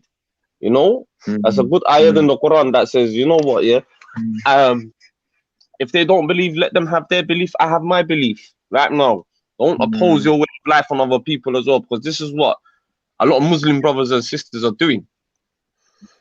You know where I'm coming from, and they're actually action. This is why I asked, because I knew all of you lot are going to come with something that you all agree with, and it's going to be very, very basic. But yet we'll be out here doing the most. Yeah, but Yasin, what was your question? What was your question? How to be the best Muslim? Someone said practice righteousness. It's levels up in here, Carl. Levels. You get what I'm saying? Yeah, cool. Levels. Cool. Yeah. You gotta read. You gotta read. Yes, one minute. Maku. Who in your life? Who is more important to you? Yeah, a primary school teacher or a university lecturer? They're both equally as important in my view. Just depends what level you're on, isn't it? I'm telling you, bro. Listen, there's so many Islamic books that you can read, bro. Yeah, but bro, when my students are ready for PhD, then I'm sending them to you, innit? Bro. You get me? Like, you're on a high level, like you might hold it up, listen. hold it up, hold it higher, hold it higher. Hold it higher. We can't see it. We can't see it, Maku. What's that saying? Someone read it. I ain't got my glasses, man. Someone read it for me. Teach yourself Arabic. Well done. Yeah, true. Can't argue with that. Cannot argue with that. You know what I'm saying? Like righteous wives, all sorts of stuff, bro. All sorts of Islamic foundation of the Sunnah. You get what I'm saying? What? Medication. Wow. Please, man. Stop, man. Fasting. You know what I'm saying? When I talk, bro, trust me, I don't have books for decoration, bro. Yeah. I've been through years of unnecessary reading. Trust me. Unnecessary. Self-inflicted reading. Man. Come on. It's not unnecessary. Self-inflicted. Yeah. He's upset now. No, it's how I interpret it in the long run. That really makes the most sense. Yeah. So Matthew, what you study, bro? Yeah, you lot got computer these days and internet, which is fair. Yeah. But I'm from the old school. We read. Yeah. No, Unks, I fully agree with you with the knowledge, but I feel like people are losing the basics and they're going somewhere else. Like you got the basics, so you can speak on all those things. You get me? But a lot of the youngers, Yasin, they're losing the basics and they're jumping into cultures. What's your basics, Yasin? Like I said, like at the end of the day, we can't decide we can't be judgmental. We have to be righteous. Do you know what I mean? We can't be judgmental. We can't play Allah's role, and Allah's told us what His role is. So man, we have to stay in our lanes and do what we got to do. Just do righteous deeds. Be like Matthew's definition in essence. You get me? But you're the one who come on here and said it's not about what you do. Like you can do loads of things, like, but there's more to it than just doing it. I could do whatever, but it's not for you to tell me this is right and wrong. Like I said, Allah's told us to pray. Allah's told us to do this. So many different things. But He's also told us, no matter what you do, none of this is going to get you into heaven. It's only going to be me. That's my point. Right. And your righteous deeds, as well. Your righteous deeds, but even then, that's not a thing. Like even then, you need to understand Allah has all power. He's told us when it comes to Judgment Day, no one's going to feel like they've been done wrongly. Do you know what I mean? No one's. But now, if I ask someone, "Are you a good person?" Yeah, they'll think of maybe all the bad things they've done, or all the good things they've done, and vice versa. Therefore, everyone knows themselves to a certain degree. Do you know what I mean? But not as much as Allah knows them, as we're told. Yasin, what if I told you, that I personally believe that there's a part of the human brain or mind that accounts for every single second of your existence. So when people say, I nearly died and my life flashed before my eyes, they're not joking. No, I agree with you, Con. Right. Every single word that ever come out your mouth, every deed that you've done, everything that you ever felt, good or bad, is all recorded inside you, innit? Yeah. I can fuck with that still. All right, cool. Are you lot teaching Islam today, yeah? this morning. No, it's fine. It's not just Islam. It's just that people are finding balance in there. Do you know what I mean? Because it's kind of, it should be interesting to you, because you know what that turns people away from Islam is all this jargon. Oh, someone believes this, someone believes that. You could be a sister that thinks, right, she's got to be a good person. You get me? She's got to be a righteous person. All right, That's cool. what we're trying So to say. like, when we're talking about basics, yeah, my basics would be this. Number one, if I'm using the Prophet as my example. Okay, so what would you say to, like, just hypothetically, there is no other God than God, yeah? The first commandment has to be your basic. Yeah, but what there if is no other God but God. Oh, yeah? Sorry, there's 3 questions going on. Yeah, so Sorry don't be about worshipping Kardashians and whatnot. Go on. No, I was just gonna say, as Muslim, like, brothers, if a Yeah, brother or a sister came to you and said, "Oh, I'm thinking about turning to Islam or whatever," what would the first thing you guys would advise them to do? Does anyone, who wants to go first?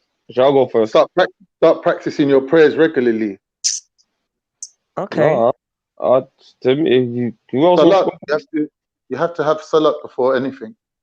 If you're going at your age to become a Muslim, yeah, you have to establish salat. Finest. Right.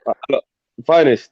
Yes. My name's Khalid. Yeah. A couple of years ago, one of my bedrooms wanted to revert into Islam, but he said I wanted to be a Somali Muslim. He thought Islam. He did. He didn't know about Islam. What I told him is go seek, right? Go get more knowledgeable, brother. You know the ones. I try to guide him to the right path. You know the ones. There's a mosque, and Islam's just not what you see of us. Just because you see us Somalis doing this, that. This is not Islam. It's what we do. Because surely it must take years to be able for somebody that is not brought up on that religion and doesn't know it. It must take a good while for them to actually know the deen and know the prayers. And that's why it's called reverting. Because what you're doing, you're not learning, you're unlearning. You're taking all the stuff that you've accumulated throughout your whole life and spinning it. The reverting your initial inclination or your fitra of how God made you. Because that's the closest version of your earthly self to your heavenly self. So when God made us, He made our souls in heaven. Before He sent them to earth and put them in our bodies, before our bodies were created through a lineage from Adam, before the physical world existed, our souls existed in heaven, and we were individuals and we had personality, and God made us that way. And that's our higher self that we can now even recognize as earthly beings. But as earthly beings, we're not just our higher self or our heavenly personality or persona. We also have desires, drives, passions, ambitions, family, all these things that we have on earth. Yeah, that's not part of your heavenly being. When you're your heavenly self, you don't need a gender. You don't need to be a man or a woman, because you ain't gonna have sex. You ain't gonna reproduce. You ain't gonna even recognize your mom and your dad as older than you. We're all gonna be the same age, and we're gonna recognize each other individually, because that's our heavenly selves. We don't really need to have sex, so we're not gonna have a gender. We're just gonna be our condensed version of our personalities of who we are. This being expressed now through our earthly beings and selves. So when you recognize that, the closest thing to that original self is who you are born as, without any contamination. So your fitra, your connection to God, is strongest then. So to revert to that means to take away all the confusion, practice praying 5 times a day if you can, or 1 time a day or whatever, and reinstall that connection between your spirit and your creator. And that foundation is what you're going to build on. So that is why in Islam that they say that praying 5 times a day is the foundation of everything else. You see what I mean? Because it's that connection that you have. That is the foundation. But I'm going to have to go, guys, because I've got to go to work quickly. So I'll be back soon. I'm only doing a check-in today. So big up yourselves. And yeah, I'll be back soon in a couple of hours. Bye. You ready for your Shahada finals? Pardon me? Have fun at be work. ready for your father, yeah. Oh, he was talking to James. I mean, Khan. I thought he was talking to me. Okay, take care, guys, yeah? Assalamu alaikum.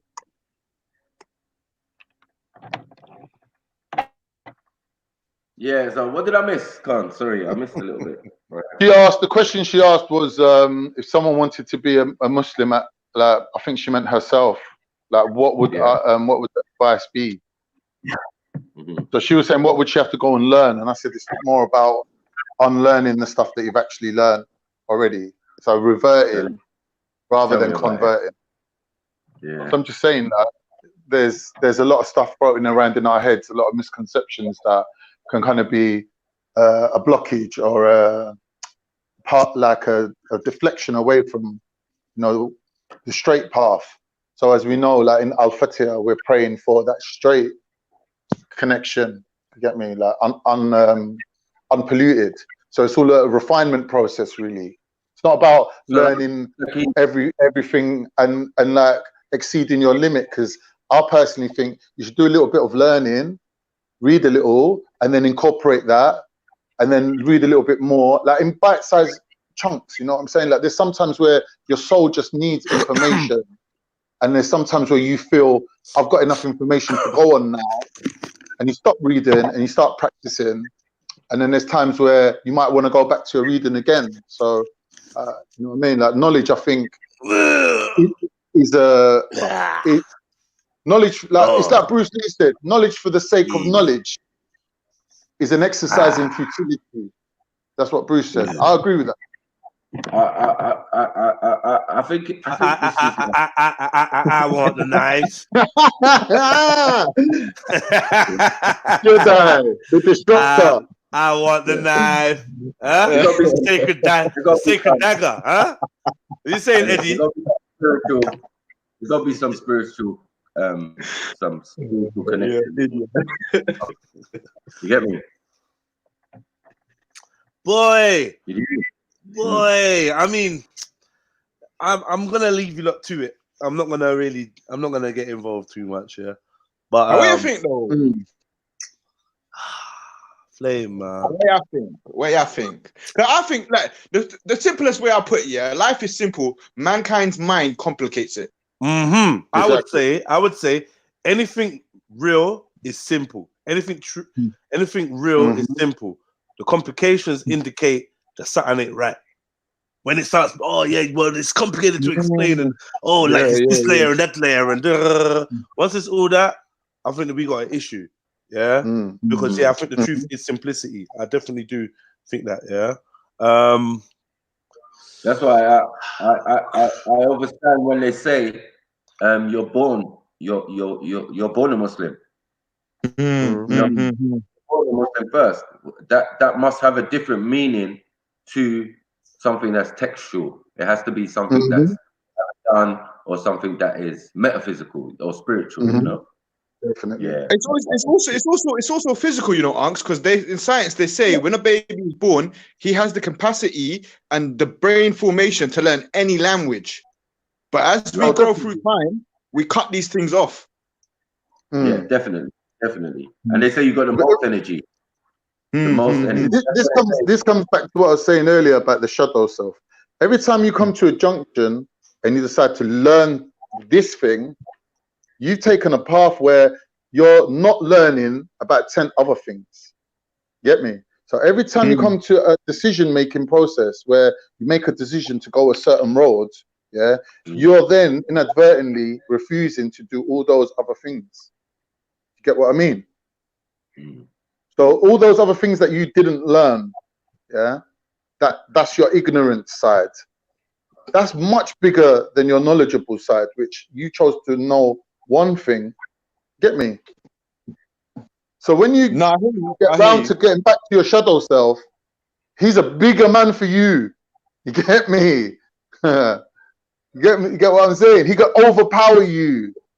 Say that sentence again, Khan. I missed when you finally get back round to linking up with your shadow self, your alter ego, the part of you that you rejected, like, you know, whenever you've done a bad thing, Yeah, you push that to, no, that's not me. I'm not a bad person. Oh, that was your circumstances. You just push that onto this other self. Yeah, because we already decided that the human brain accounts for everything that you ever said, everything you ever done, everything. Yeah. So that information is processed and is put into a shadow self. It's an effigy, a person, an avatar, whatever you want to call it, where everything's pinned onto of all the bad shit that you don't want to associate with yourself. But that's a lot of stuff. A lot of stuff. So when you finally get back round to meeting my man, you're going to feel like he's a big man for you. No, see what I mean? I think you ain't going to meet it. Go on. Hold on. One quick question for Khan, yeah, or two, yeah, and you know, answer it how you like, yeah. Cool. Khan, are you a paedophile? No. So your shadow self is a paedophile then, because you've just said you're not a paedophile. Yeah. So the shadow you is a paedophile. What, do you really believe that? Your subconscious every evil thing that a human being is capable of, yeah, I'm capable of. Given the right okay. Capability is one thing. We're all the same person, bro. So are you saying that? Blueprint. Wait. Are you saying that your shadow self is your capability? Motherfucker. Your capabilities. No. So how is it personal to you then? Because then it could just be what society says is wrong. It's not capable. It's not personal. These are what you call archetypal things that we all share. It's the same with everyone. We don't share that. I'm not feeling that. I'm not feeling it. Cool. Don't feel it then. I hope that you never meet that person. I hope you never meet that person, boy. Con. What I would say is, let's understand this. That's what I'm saying. I want to get the understanding. This is what I'm saying to you, that the shadow self is the most abhorrent, disgusting, vile creature that you can never associate with yourself when you're dealing with your conscious mind, isn't it? Your conscious mind, yeah, which is partly in your body and partly can reach to God levels, yeah. Your conscious mind would reject that self. But it's not yourself. If it's something that you can, if you can embrace your, if you can embrace your, bro, 1 second. Let's get the foundation. If you can embrace your shadow self and say, no, my shadow self's cool as well. Yeah, I'm cool and my shadow self's cool. Yeah, bro, trust me, that's not your shadow self. Your shadow self is something that you will reject in its nature. Why are you calling it self? You're finding it abhorrent. Why are you calling it self though? Why is it getting the title to self? This is what I'm saying, because it's part of the psyche. When you look at the map of the psychology of a human, there is a little section of it called the shadow self. And in that is a bottomless pit that goes all the way to hell. Yeah. So if you want to go down that rabbit hole, yeah, be very careful. So this is what I'm saying to you. When it comes to spiritual matters, you can go down a rabbit hole and never come back. Like there's people sitting in mental wards, that didn't survive that experience. Khan, I'm gonna dip out now, yeah. But can you break it down from your own personal experience? Because I'm trying to understand in it, but what you're saying is making it hard for me. Not to say that you're saying anything wrong. I'm saying in your psyche, there's parts of you that's your higher self, that's in touch with angels and God. There's a part of you that's how did you come to your lower self, your shadow self that takes you all the way to hell. No, but Khan, it sounds like you could just be reading this from a book. Do you know what I mean? I need you to break it down to me. You bring it to me, like bring it to my front door in a sense. Like, how did you come to this understanding? Have you gone through this process in life? Have you experienced something for you to say, yeah, this is confirmed? See, these are all spiritual explorations, bro. What do you think spiritualism is? Do you think you're sitting there reciting a mantra and feeling a little bit like, oh, my aura's been cleansed? Nah, bro. When you're going into spiritualism, yeah, it's a bottomless pit to hell. If you're not careful, you take the wrong turn, you're going to end up in a mental ward, sitting there with a straitjacket on, bouncing off walls, bro. You get me? So when people say, oh, what's religion for? It's all rules. It's all to stop you from living your life. Yeah, in the physical world, yeah. But when you're into spiritual dimensions now, yeah, that religion that you're thinking in a worldly sense is a restriction. That could be your lifeline that's pulling you out from the fucking pit of hell, where there ain't nothing else. You're like, oh, this religion, let me criticize it. Nah, mate, when it's your only lifeline, trust me, you're using it to pull you out of hell. Like, Khan. Can I say, can I make a suggestion that the shadow self is you? Like you are the physical, you are the one that is not capable really. of... No, your you is your ego. It's your ego. 1 second. It's referred to as ego. I could agree that there's a metaphysical you. Do you get what I'm saying? There's a you that makes you whole. Yeah. There's the higher you. The higher you. So now I'm saying with the higher you, he can't have all those earthly, physical. That's right. Right. So like you're saying like things that it might think, but it doesn't, but you can do. Do you know what I'm saying? But you have the choice not to do them. So then all of that is within you. It's not within the higher you. It's not, and it's not shadow. It's a reflection of yourself. The metaphysical. Go and look up Carl Gustav Jung. He was the disciple of Freud. Freud was the father of psychoanalysis. He invented this whole thing about mapping out a person's psyche. We know about sick man Freud. We know about sick man Freud. Yeah, he's a sick man, but his disciple turned against him. His disciple turned against him and said, "Nah, this guy is a fucked up guy, isn't it?" So he went off and done his own thing. So Jung, his name is spelled J-U-N-G. Yeah, I know you. I know you. Yeah, so you could read a lot about the shadow self and all this from Jung. Yeah, and it all ties in with like ancient Greek religions, like things that where they believed in archetypal images, like Medusa, or like, for example, if you look at how Perseus, went down and fought Medusa, cut her head off. How did he do it? What does she represent? Perseus is like our conscious mind riding on the horse. Get me? Anything you see riding on a horse. Khan, how are you gonna read that and then say you can't read the Bible? I'm not reading it. I'm not taking it as gospel. I'm saying in those religions you can see that these archetypal images that are inside our minds are expressed through mythological stories, where all the parts of your mind are interacting with each other. Do you see what I'm saying, Khan? You're gonna take that, as evidence and research and I'm not taking it as evidence. I'm giving it as an example of primitive versions. Hold on, it's an example of something that could be true and could not be true, and you know what I mean? Mythology, all of those type of things, right? And I'm saying with the Bible and all of them other texts, I don't know why you don't put it through the same kind of criteria of reading. But I do. But you're not, because you say the that Bible's like a mythology.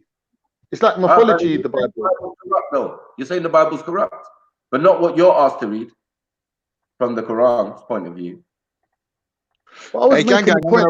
You're diverting me to a previous point now. It's getting difficult. Hey, gang, I'm gonna roll out. Big up everyone. Big up different energy. I don't want to disturb you with your metaphysical stuff on your shadow. Just explain. Go on. Sorry. The shadow thing, yeah? So what I'm saying to you is, JEDI asked specifically about paedophilia, yeah? What I'm saying is, forget paedophilia, think of anything worse than that. Think about fucking axe murderers, yeah? Who are running around fucking cutting off man's heads off and then raping their fucking dead bodies. Like, think of the worst thing you could think of, yeah? I'm not saying paedophilia is worse or not worse. I'm not measuring it. I'm saying is there's disgusting things that human beings are capable of. Right. Yeah, that doesn't mean I'm sitting here, me, capable of doing that. So let me ask you a question, yeah? Your shadow self is basically like my shadow self. Yeah. So there's nothing individual between my shadow self and yours. Not really. You mean not really? Not really. Like the details are minor.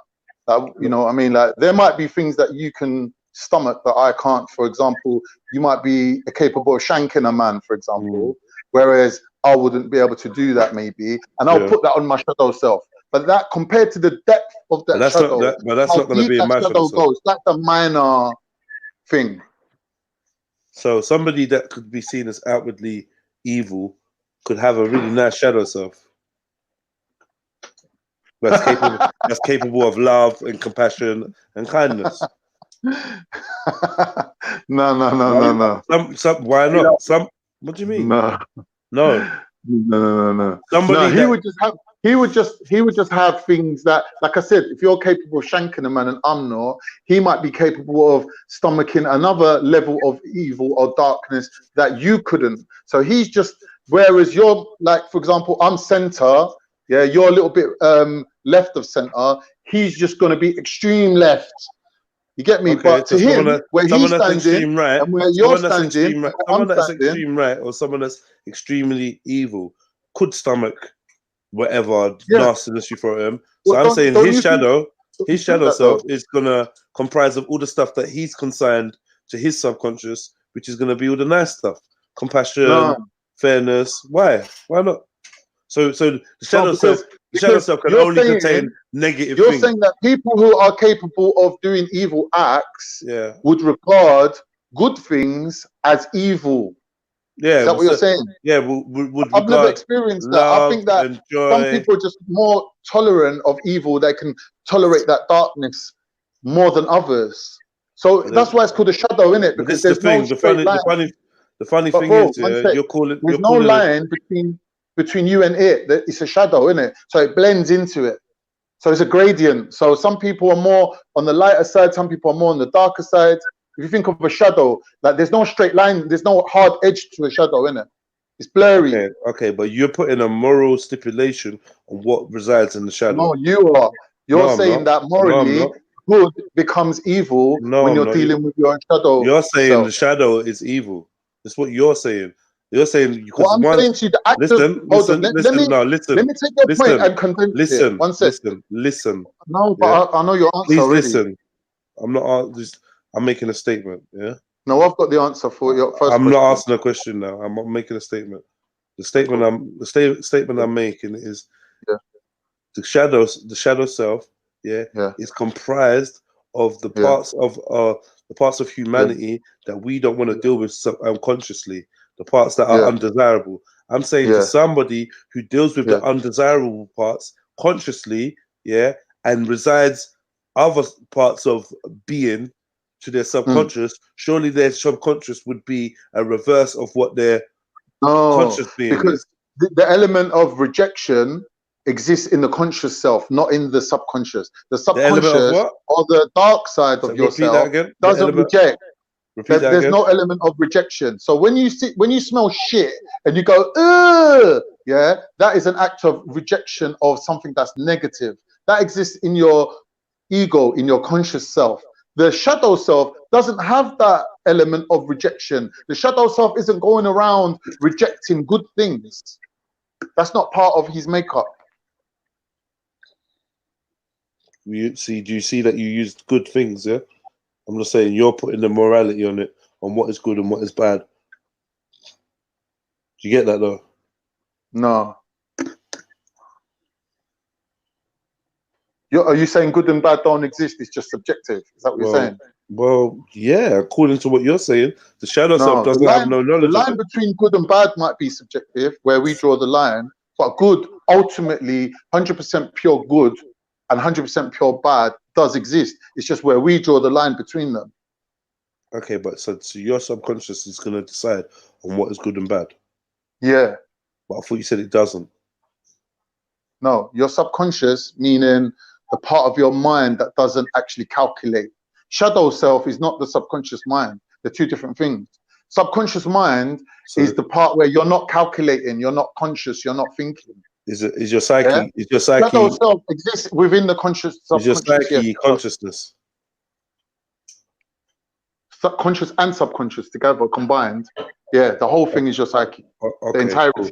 So your subconscious has no awareness of good and bad?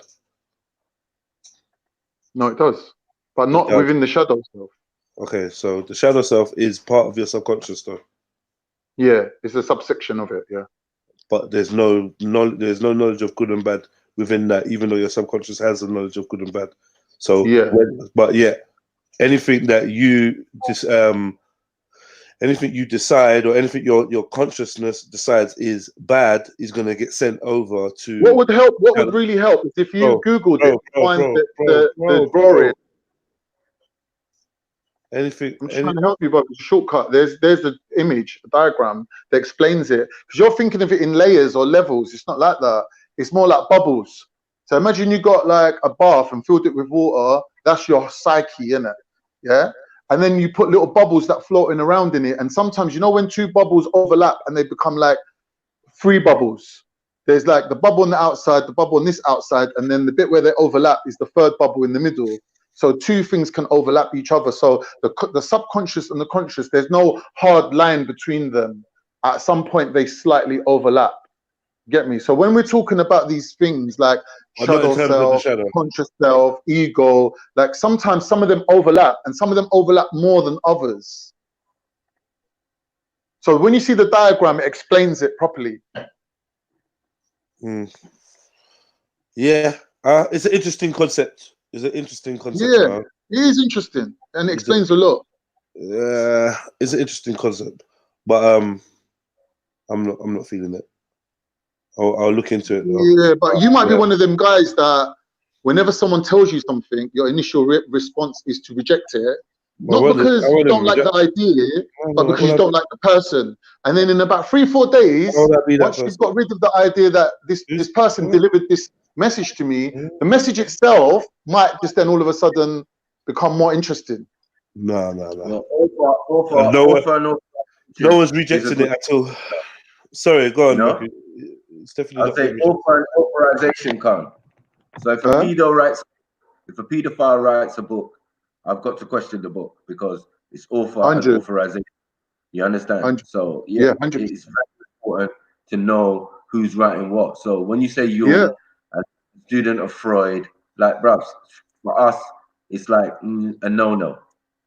You know what I'm saying? Because those guys had that system in place for a particular reason. You know what I mean? People are doing eugenics and thing in that part of the world at that time. Do you get what I'm saying? And then due to the First World War, do you get what I'm saying?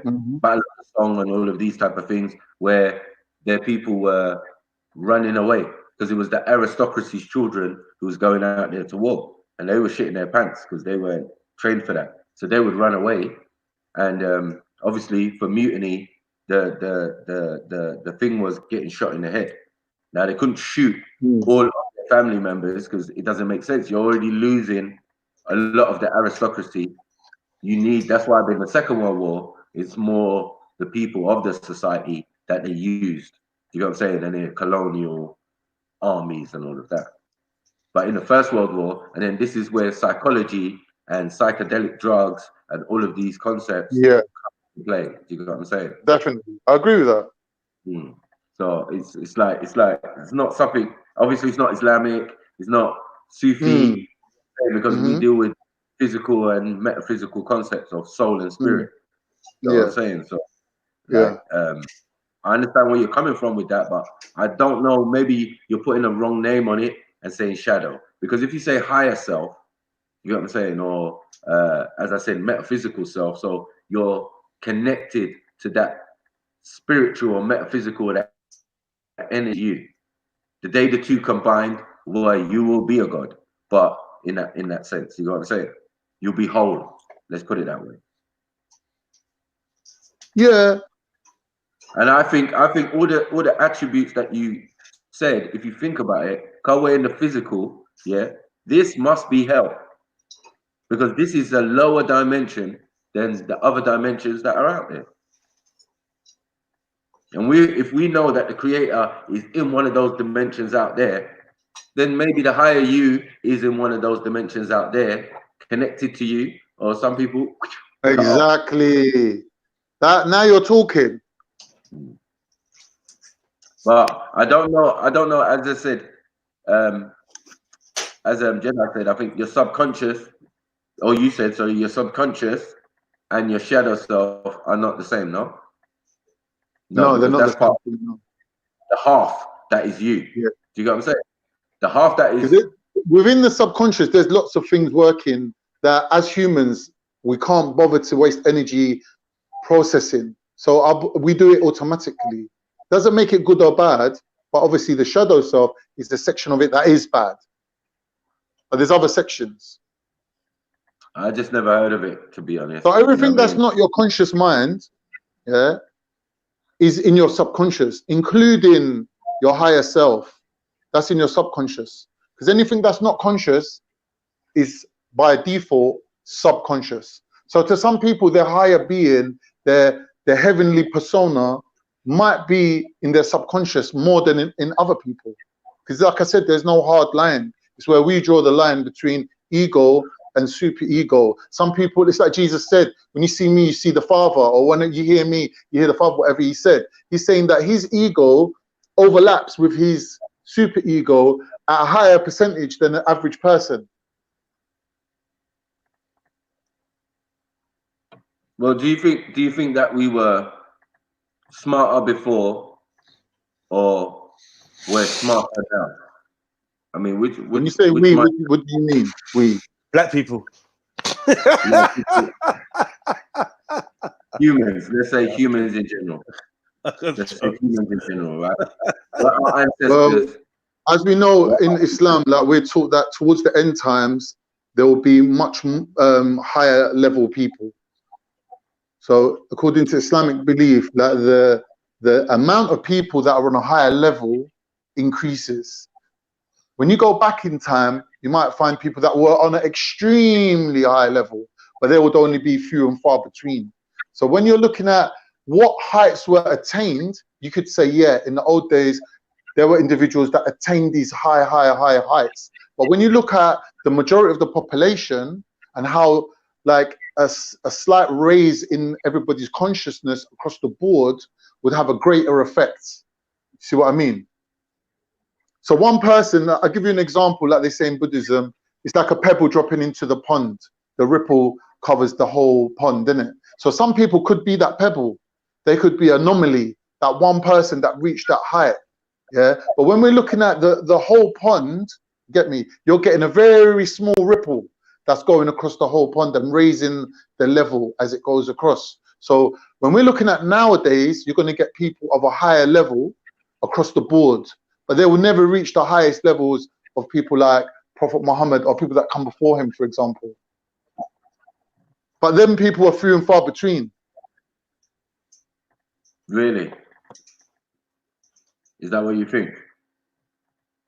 I mean, we can't even do some of the achievements of our ancestors, and you're here saying exactly that I'm saying. I'm saying we won't reach their level. Well, if that's the case, then what I'm saying is correct. Yes, they were smarter in the past than we are now in the supposed future, or in the now. Yeah. So they were more in tune. When you say they, like they were individuals. When we're talking about society in general, it's a different thing. I'm talking about across the board, no matter where it was in the world. Yeah, or across whatever, the board that you see now, even the dumbest redneck, cracker, fucking chavvy, illiterate people who go out of their way to reject knowledge and information, even that, if you compare us to them, for example, because in our modern times, you could say that they're the dumbest people because they're actively rejecting knowledge. Like these Trump supporters and people like that are saying, oh, no to this and no to that. We don't believe in this. They're actively hiding from knowledge. So when we compare ourselves or the general population to these people, you can see that we're very far away from them. Our level's higher. So on a daily basis, you really come into contact with someone that's that dumb, that our level is much higher. Our akhlaq and our islam is higher in general across the board. Where's the connection and how do you connect to your shadow self? No, there ain't no connection. So how do you connect to your shadow self? I'm asking. Trust me, bro. There's no explanation for that. But the shadow self is connected to you, yeah? Well, there's things that there's no explanation for. That's one of them, innit? There's no explanation for it. So there's no explanation why the shadow self is... There's no roadmap that's going to get you there. But is it connected to you, is my question. Because it's your shadow self, innit? It's your shadow self. So, you know, you always have your shadow with you. So I don't understand that, the concept. Right, so if you drew 3 circles, that overlapped each other, one of them is the higher self, one of them is the ego, and one of them is the shadow self, the ego and the higher self would overlap more. The shadow self would just be touching the ego. So what I'm saying to you is, our conscious mind doesn't really go there, because it's a place of no consciousness. Sorry, I'm confused. Ego. Yeah, it's confusing. Yeah, so as we sit now, we're sitting in our egos, we're sitting in our conscious self. Yeah, so that's like, for example, me and you are sitting in the sun and we're looking at a shadow. Yeah, now where we're sitting, we can see a line in it. We can see a line where the shadow exists and the light runs out of circumference or space, or there's an edge to the line, let's say. Yeah, but as we know from living on a planet where the sun shines and the light runs out of space is when day becomes night, it's not an instantaneous thing, it's a gradual thing. So we go from daylight to dawn to darkness, or sorry, to dusk to darkness. Yeah, so it's the same with every shadow. The closer you get to the edge of the shadow, you realize that it's not a hard line. There is an overlap there, but it's very small. So the average person will never ever even detect the existence of their shadow self, because the light's stronger, isn't it? The light pushes the shadow back. So the more consciously you try to get to the shadow, the more powerful the light is in your shadow, in your conscious mind, the more you're pushing the shadow back. You can't never get there through thinking, through using your conscious mind. I can't never explain to you in words how you get there. You definitely can't.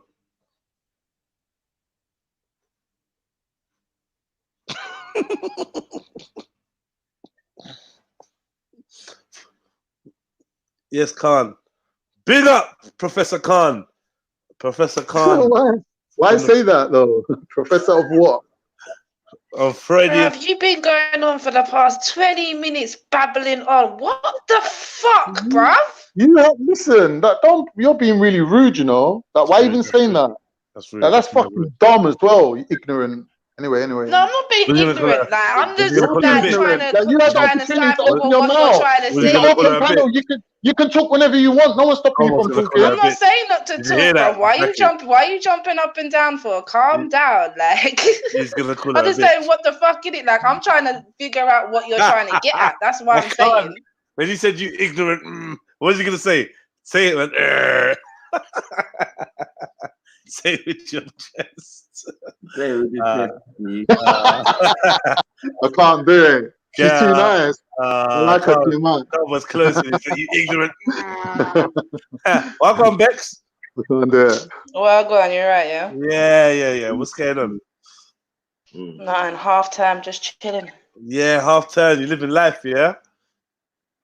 Not really, fam. Like, these kids are driving me crazy. It's only been fucking 2 days. It's only been a day, isn't it? Yeah, trust. I'm already pulling out my hair. Tell you, man. Don't pull out your hair. Pull out their hair. Beat them. Beat them. Beat them. Beat them, man. You give me a problem. With so much stress relief. Beat them, man. Beat them. Bap, bap. Ah! Get me? Beat them and kick them out. That's the fucking. That's the holiday solution.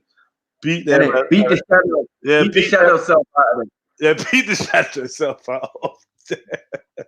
See, because what it is, the blurred line of the shadow self is do you know what I mean? Is it shadow? Yeah. Is it light?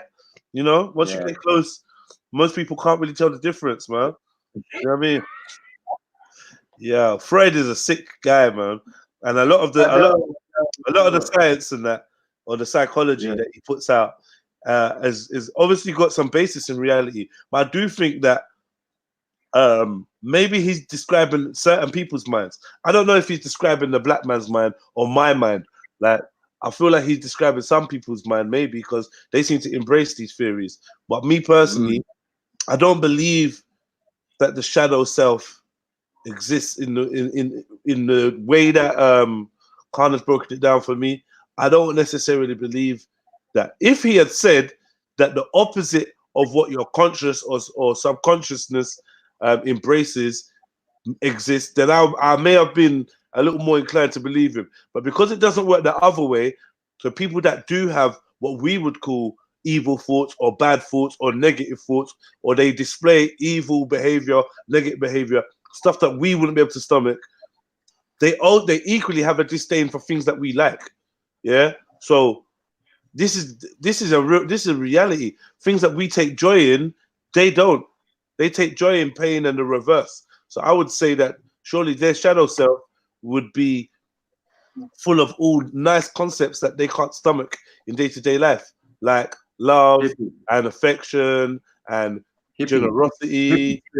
Hippie they got some hippie spirit in there that just wants to be loving and nice and do you know what I mean? And that makes them sick, because there's people that do bad things out here and they genuinely enjoy the badness, and good things to them are boring. Good things to them are like make them feel sick. Do you know what I mean? Like seeing people joyous over certain things, unity, these type of things are concepts that some people really detest, you know? And I would have thought that maybe like would be the counterbalance to their evil. But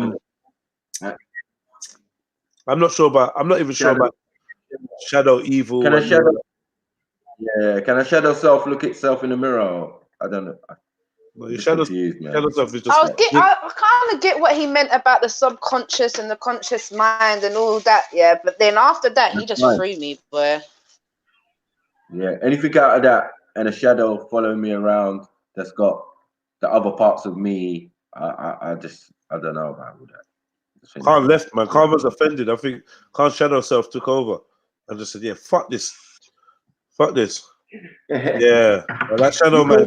Yo, Khan, I didn't mean to offend you, you know, Brad. I was only playing with you. Khan said his shadow self is a pedo. He's a pedo. Ah, shit. He said it. He said it. I asked him. He said, "Yep. I'm worse.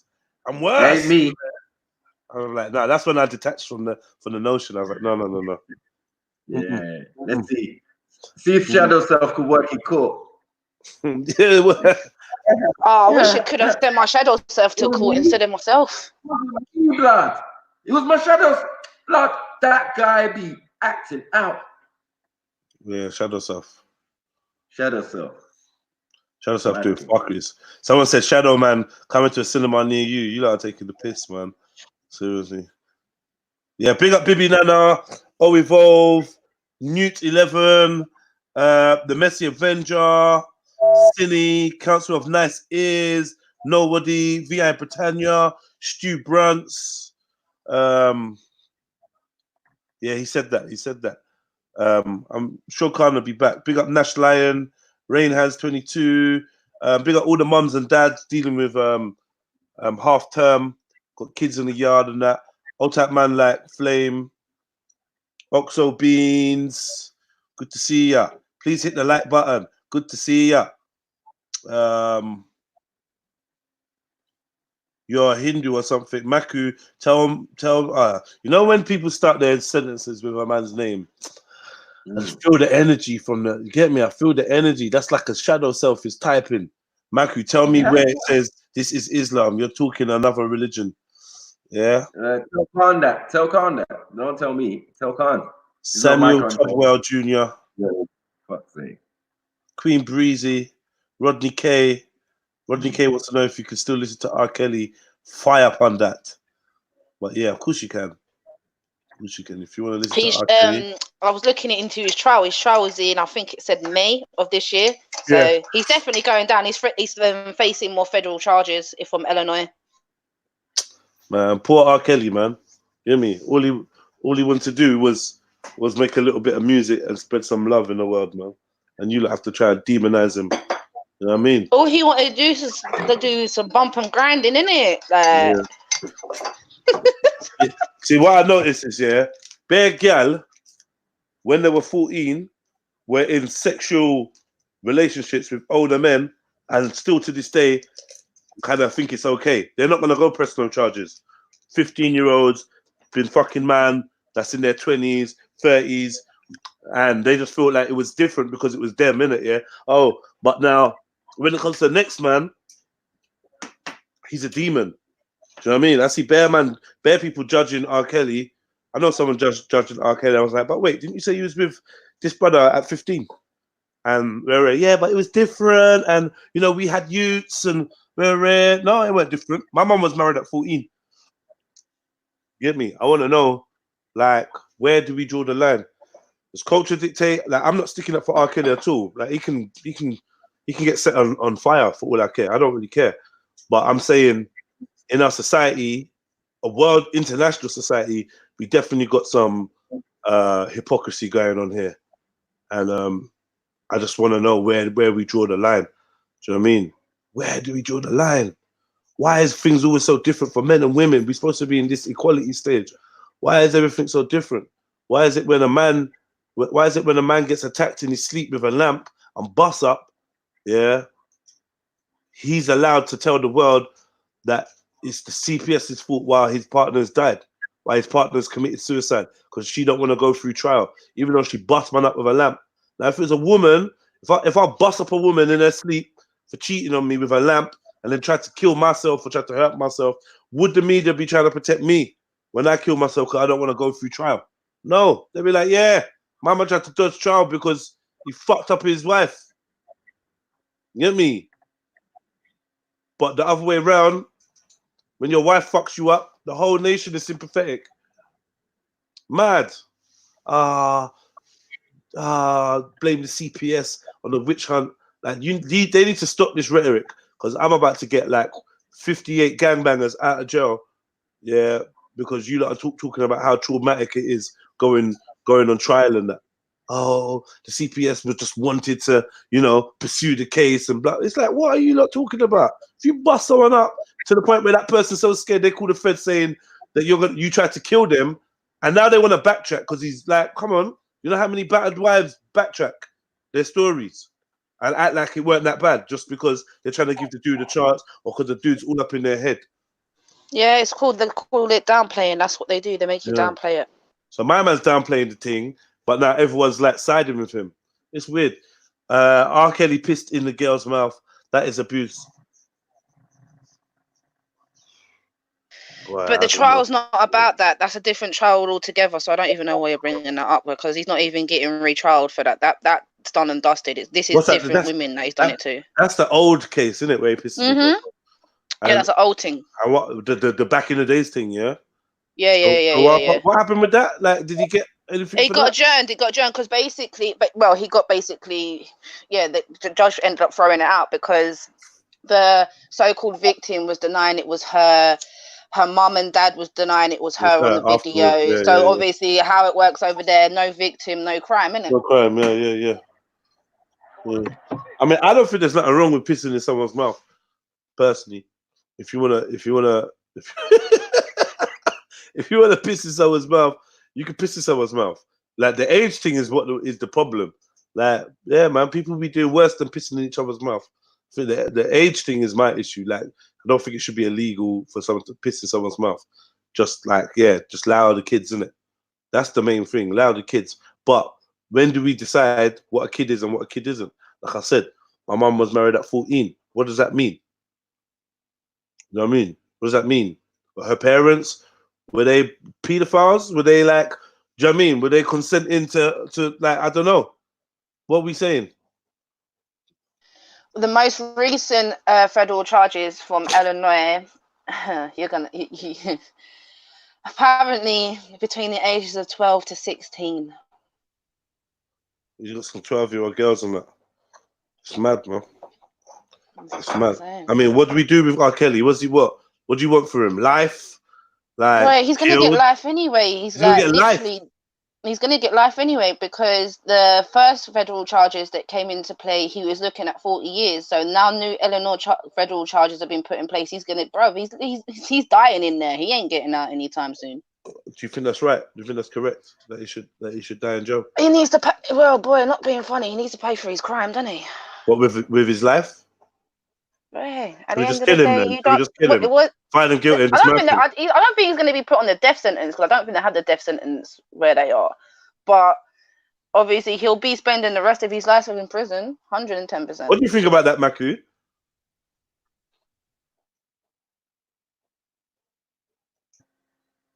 Think about what? Sorry.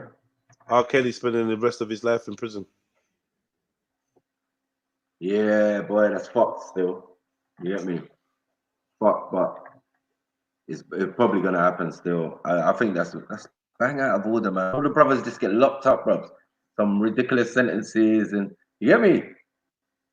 Like everyone's just forgotten about what's his name? Bill Cosby. Bill Cosby's gonna probably die in prison. Like I don't care what man done, bro. That's just taking the piss, bro. R. Kelly's a different scenario. He's like, bro, that nigga. Oh, I don't know. I really don't know. We have to see what the charges are.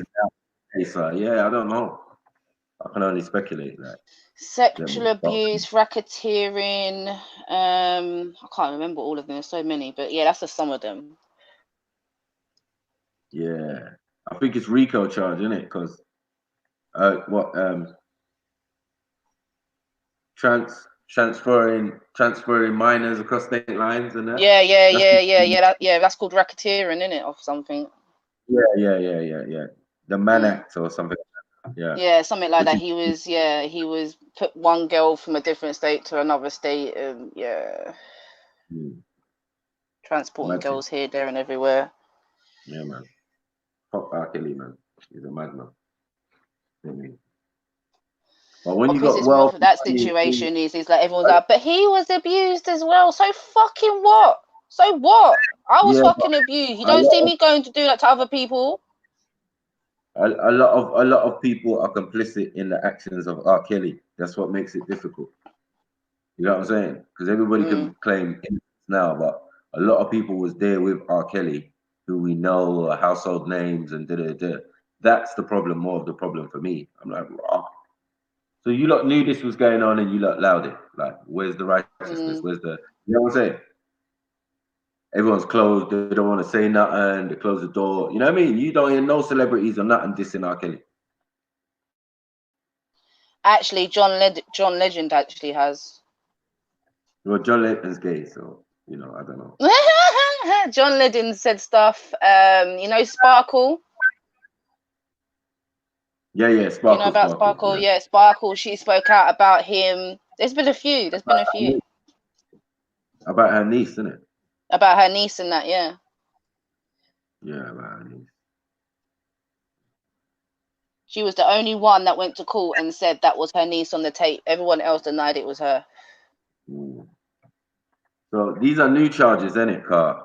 Yeah, these are not. Yeah, these are new charges. This has nothing to do with Sparkle's niece.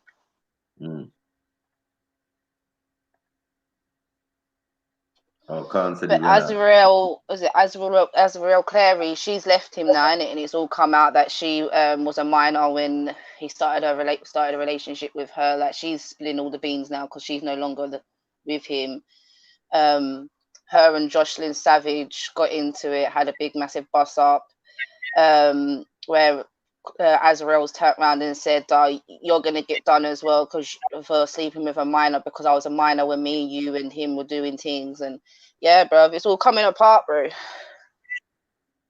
Blessings and blessings to the family, Empress, and the whole chat and all that.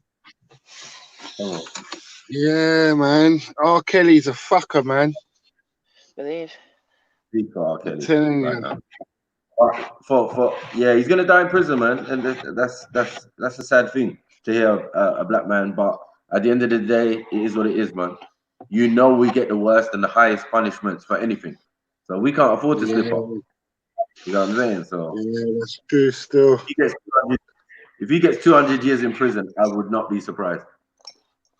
Yeah. Like I said, when it was the first lot of federal charges, he was looking at 40. So now he's got a next set of federal charges, plus obviously other court cases he's doing as well, that are not federal charges. So he's fucked, bruv. He's fucked. Six out in a couple of days, isn't it? Mad thing. He's another piece of shit. Yeah, go on. What was you gonna ask? I was gonna say I can't fucking understand why R. Kelly didn't go legally blind. because it normally works for them Americans, isn't it? Do you know what I mean? Look at Weinstein. Weinstein can't walk all of a sudden. Yeah, was it? What's his name? He tried. His solicitor tried to give him bail on medical grounds, but the judge refused. So he has tried. He has tried. He should have went legally blind, babes. Can't go wrong. Who? R. Kelly. Yeah, no, I reckon he would have got the bail a little bit quicker. You know what I mean? Ain't R. Kelly on road now? He's on remand, yeah. What is he still on? Is he still on remand? Yeah. Yeah, he's still in prison at the moment. He's still on remand. His trial, well, one of them is not until I think May. Yeah, R. Kelly's joining Rough Riders, boy. Martin. He's probably loving it in there anyway, bro. Why? I don't think so. Because there's other stories of him doing stuff with men in it. So yeah, man, I can't see prison stopping him from stepping in love. You know what I mean? Step in the name of love, yes. And age is nothing but a number and all that. What do you say? The chocolate factory? Yeah, you're taking liberties. Nah, you know there's gonna be bare man in there who swear by the tunes. They ain't been out since the 80s and you get me, 90s and that. You get me? They're still pumping it in the soul. Yeah, certain man looking some 12 play. Some 12 play. Yeah. Okay. Give me a little. No. What's that? Sex me, baby, sex me. Yeah, that's gonna be played all around the wing. Mad thing. Facts, bro. They already some of them dons already cut up the best already. They cut it into the belly top, waiting for him to cover the wing. Do you know what I mean? I think half the bait. I think most of the bait prison trannies are gonna be like his groupies and that. You get me? Bro, he's the Pied Piper for real. Pied Piper. Oh shit! Trill OG just turned around and said this time he's getting pissed on. I'm not even sure he would mind. I'm not sure he would mind. I know. Fuck's sake. Right, no, because you know. Go on. No, I was gonna say that music business is so fucking satanic, bro. We don't know what the fuck there was going on behind closed doors. For all we know, we don't even know if R. Kelly actually liked young girls. He could have liked bestiality or something. Cause you wouldn't be surprised. You know what I'm saying, Jeds? The way they get down over there. I wouldn't be surprised what they're into. Did you watch the second part of that Surviving R. Kelly? There's a second part of Surviving R. Kelly, like it's called the Aftermath or whatever it's called, yeah. And there's two white women on there who's meant to be like his staff that organise certain things or whatever. And they're the only white people sitting there saying that, oh no, he's not that way, he's not that inclined. He would never do that. And I'm thinking, yeah, all right, okay. What's it got to do with them being white? Stop hating on white people, Becca, man. The fuck is wrong with you? No, it's just the truth. It's the truth, bro. Like, white folks, man. Like at the end of the day, like he didn't do it to white people, did he? He did it to black women, like, and there's two white women sitting there going, "Oh, he would never do such a thing." Like, get out of here, man. That's their opinion, though. Really, it's a tough one. But there's too much evidence to prove otherwise, bro. Like common sense, isn't it? I'm not backing R. Kelly. You get me? Man said AJ nothing but a number. I'm with Empress Becca. That's white. That's white. All right, look, listen. A black driver accused a white police officer of discriminating after he was pulled over for going 5 miles below the speed limit. Anthony Perry was stopped by a deputy with the... Give me the plate. Anthony Perry, give me the plate. Go on, off you go. Anthony Perry was stopped by a deputy with the Sampson County Sheriff's Department in North Carolina after the officer spotted him going 65 miles per hour in a 70 zone. The encounter left Perry... What are you doing? The encounter left Perry Hold on, man. Hold on 1 second.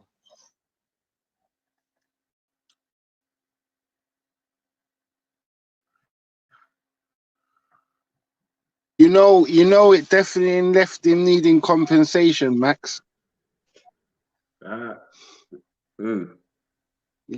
Anytime Caucasians get stopped, they need compensation tonight. Sorry, 1 second, man. Oh, man. You ain't getting none. What are you like? Honestly,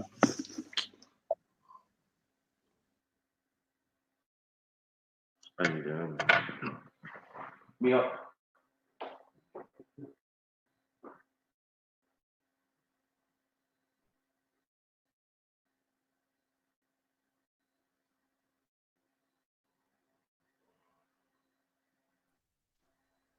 Yeah, hello.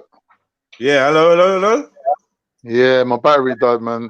I don't like to think that I just got vexed and stormed off. Like, you know what I mean? you got mad at Empress Beckham, man. Cool. No, Yeah, sorry, we generally Becca. thought you got pissed off, you know, and I did say that. I was like, oh God, I was only playing, you know. No, do you know what? Like, I use my phone as the hotspot to run the whole house already. So when I add StreamYard to that, the battery just gets cane. So I literally have to sit on charge. So sorry about that. Let me go back to this. Anthony Perry was stopped by a deputy with the Sampson County Sheriff's Department in North Carolina after the officer spotted him going 65 miles an hour in a 70-mile-per-hour zone. The encounter left Perry so disturbed, he later shared the video of the traffic stop on Facebook, which shows the officer giving him a written warning. Perry wrote, Lieutenant, in lieu of Black History Month, I felt compelled to share my experience with an officer of the Sampson County Police Department. So I got this slow fucking thing, man. While it is ever so important to celebrate and uplift our heritage and progress in America with regard to racial disparities, we must always continue to challenge racial injustice, inequalities, and discrimination to show true honor to those who gave tirelessly to the cause. And then he goes on. Where's the rest?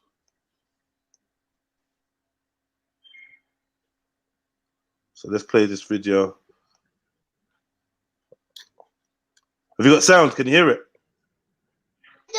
No, I can't hear anything. No sound. No, I can't hear nothing as yet. 1 second. I saw a big black don though. Yeah. Driving a car. Yeah, I thought he was white, you know. Yeah, he's not sitting on the right side of the car though, man. Yeah.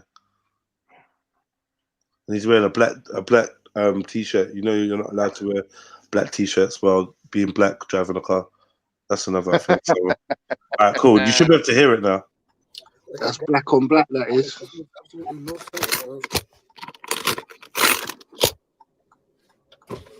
Good morning. How are you, sir? Deputy Snell with the Sampson County Sheriff's Office. You got your license and registration on you? I do. Okay. All right, may I ask what the stop is for, sir? I'll let you know as soon as you give me your ID. Who you work for there? Your shirt. Delmar Oil Company. Delmar Oil Company? Yes, sir. Okay. How long you been there? May I ask why that is? Well, I'm just talking to you. I see your shirt there. I'm just asking.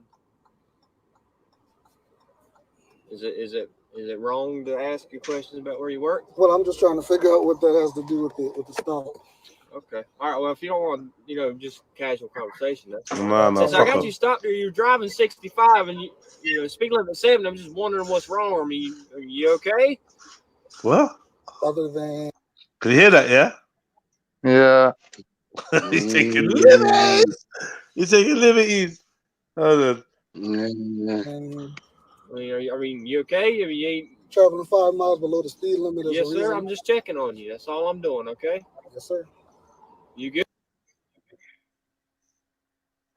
Good. I'm great. Awesome. How are you? I'm doing better than I deserve. What?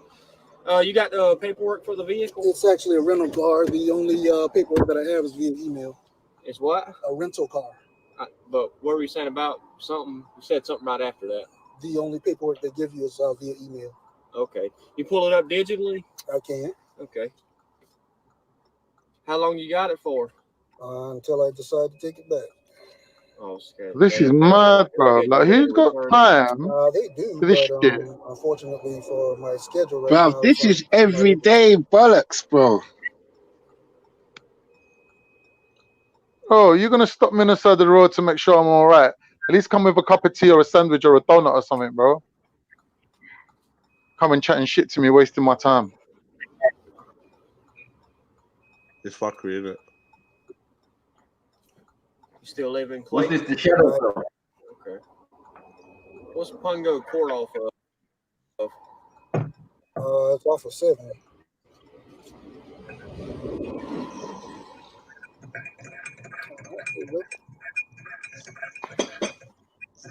Man, I stopped you because you're getting 75. I mean 65 in the 70 zone. 65 in the 70 zone. Where are you coming from now? Yeah. Where am I coming from? Yes, sir. Goldsboro. Goldsboro. Is that where the office is? See, if it was me, my sarcasm would take over. Yeah, definitely. Like, brother, you want to chat with me, man? You might as well get in the car, sit down, we have a chat, innit? Figure out where you're coming 100.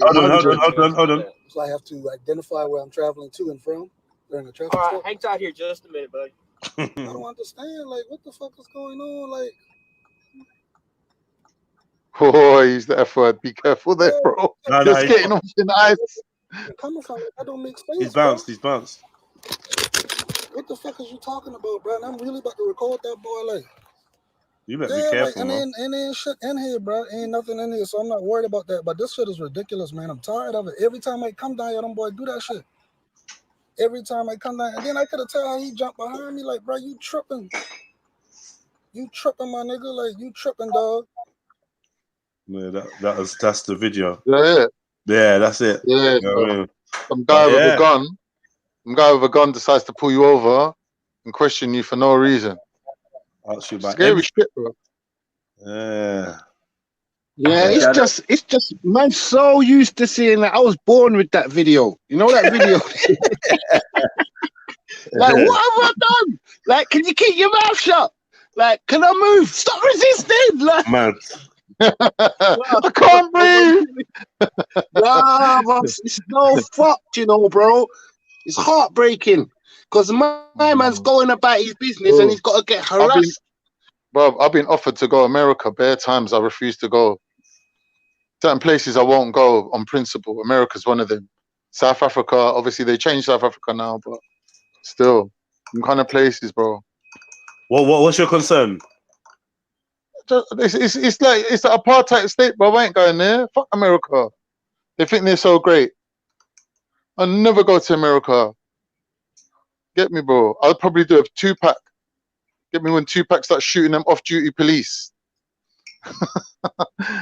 Can't do that, bro. I would not be able to stand there and watch someone get wrestled to the ground for no reason. Then police going around like Nazi stormtroopers ordering people around. Like, fuck that, bro. You're a policeman, bro. You're working for me out here. Yeah? Can't be living in no police state where the police are telling me what to do. Fuck that. I couldn't live in that country. I couldn't step foot in that country, man. Fuck that country. That's just me, though, isn't it? That's just me. There you have it. Outlaw Khan. I mean, I'm telling you, I have the policeman in a neck lock, bro. I won't be able to just stand there watching him wrestle some guy to death. I couldn't do it. Then I have people standing around watching that shit. I couldn't do it, bro. Nah, I hear you, man. I hear you. Boy. Yeah, I'd go to America, though, but I know what you mean, though. I know what you mean. Maybe I'm used to that oppression. So I don't think it's going to be much of a difference. The only thing is all the officers are going to be armed rather than some of them. But we deal with armed police way more than the average Londoner or citizen. It won't even affect man them. It won't even affect man them. Just like what you're saying, because we're used to shit. And where man's brain moves forward, like a bit quicker than theirs. I'm not gonna lie. I don't want to diss no Americans, but obviously, you know what I mean. Man's got a bit more than them. I met Americans, man. I met Americans. Their brain moves slow, bro. I met Americans in London. Not all of them. Not all of them. Yeah, the New Yorkers, maybe they're up to standard, but the rest of them, they're just moving slow. You're generalizing on all Americans.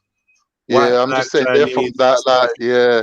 Like, they got very, You got to remember, we used to English people, innit? British people. Like most Americans, they're from that Germanic Irish bloodline. Like they really that British. Are you talking about white? Are you talking about white Americans? Yeah, like white Americans, man. Okay. Like the brain moves slow, bro. Okay. They're on that yeehaw bullshit. Like they're not like New Yorkers, maybe. New Yorkers, maybe. He sounded like he just took off the sheet. A little while ago. Fuck it. Let me take the pillowcase off before I do this one. You get what I'm trying to tell you? Was it in Django when they're wearing the sheets but the eyes don't match up? It's like, who the fuck got these eyes at? I love Soil. Nowadays, you're so triggered in them chats, bro. Man's like, I'm smarter than all of you. Yeah, man, you can take that title, man. You can be smarter than everybody. Don't put the panel then, innit, if you're smart, Soil. You can be smarter than everyone, man. I don't know any smart people that make statements like that. How about that? Yeah, I don't know any smart people that tell people. And pick up Soil, man. I love Soil, you know. You should know better when it comes to intelligence, and you shouldn't fall into Khan's booby trap.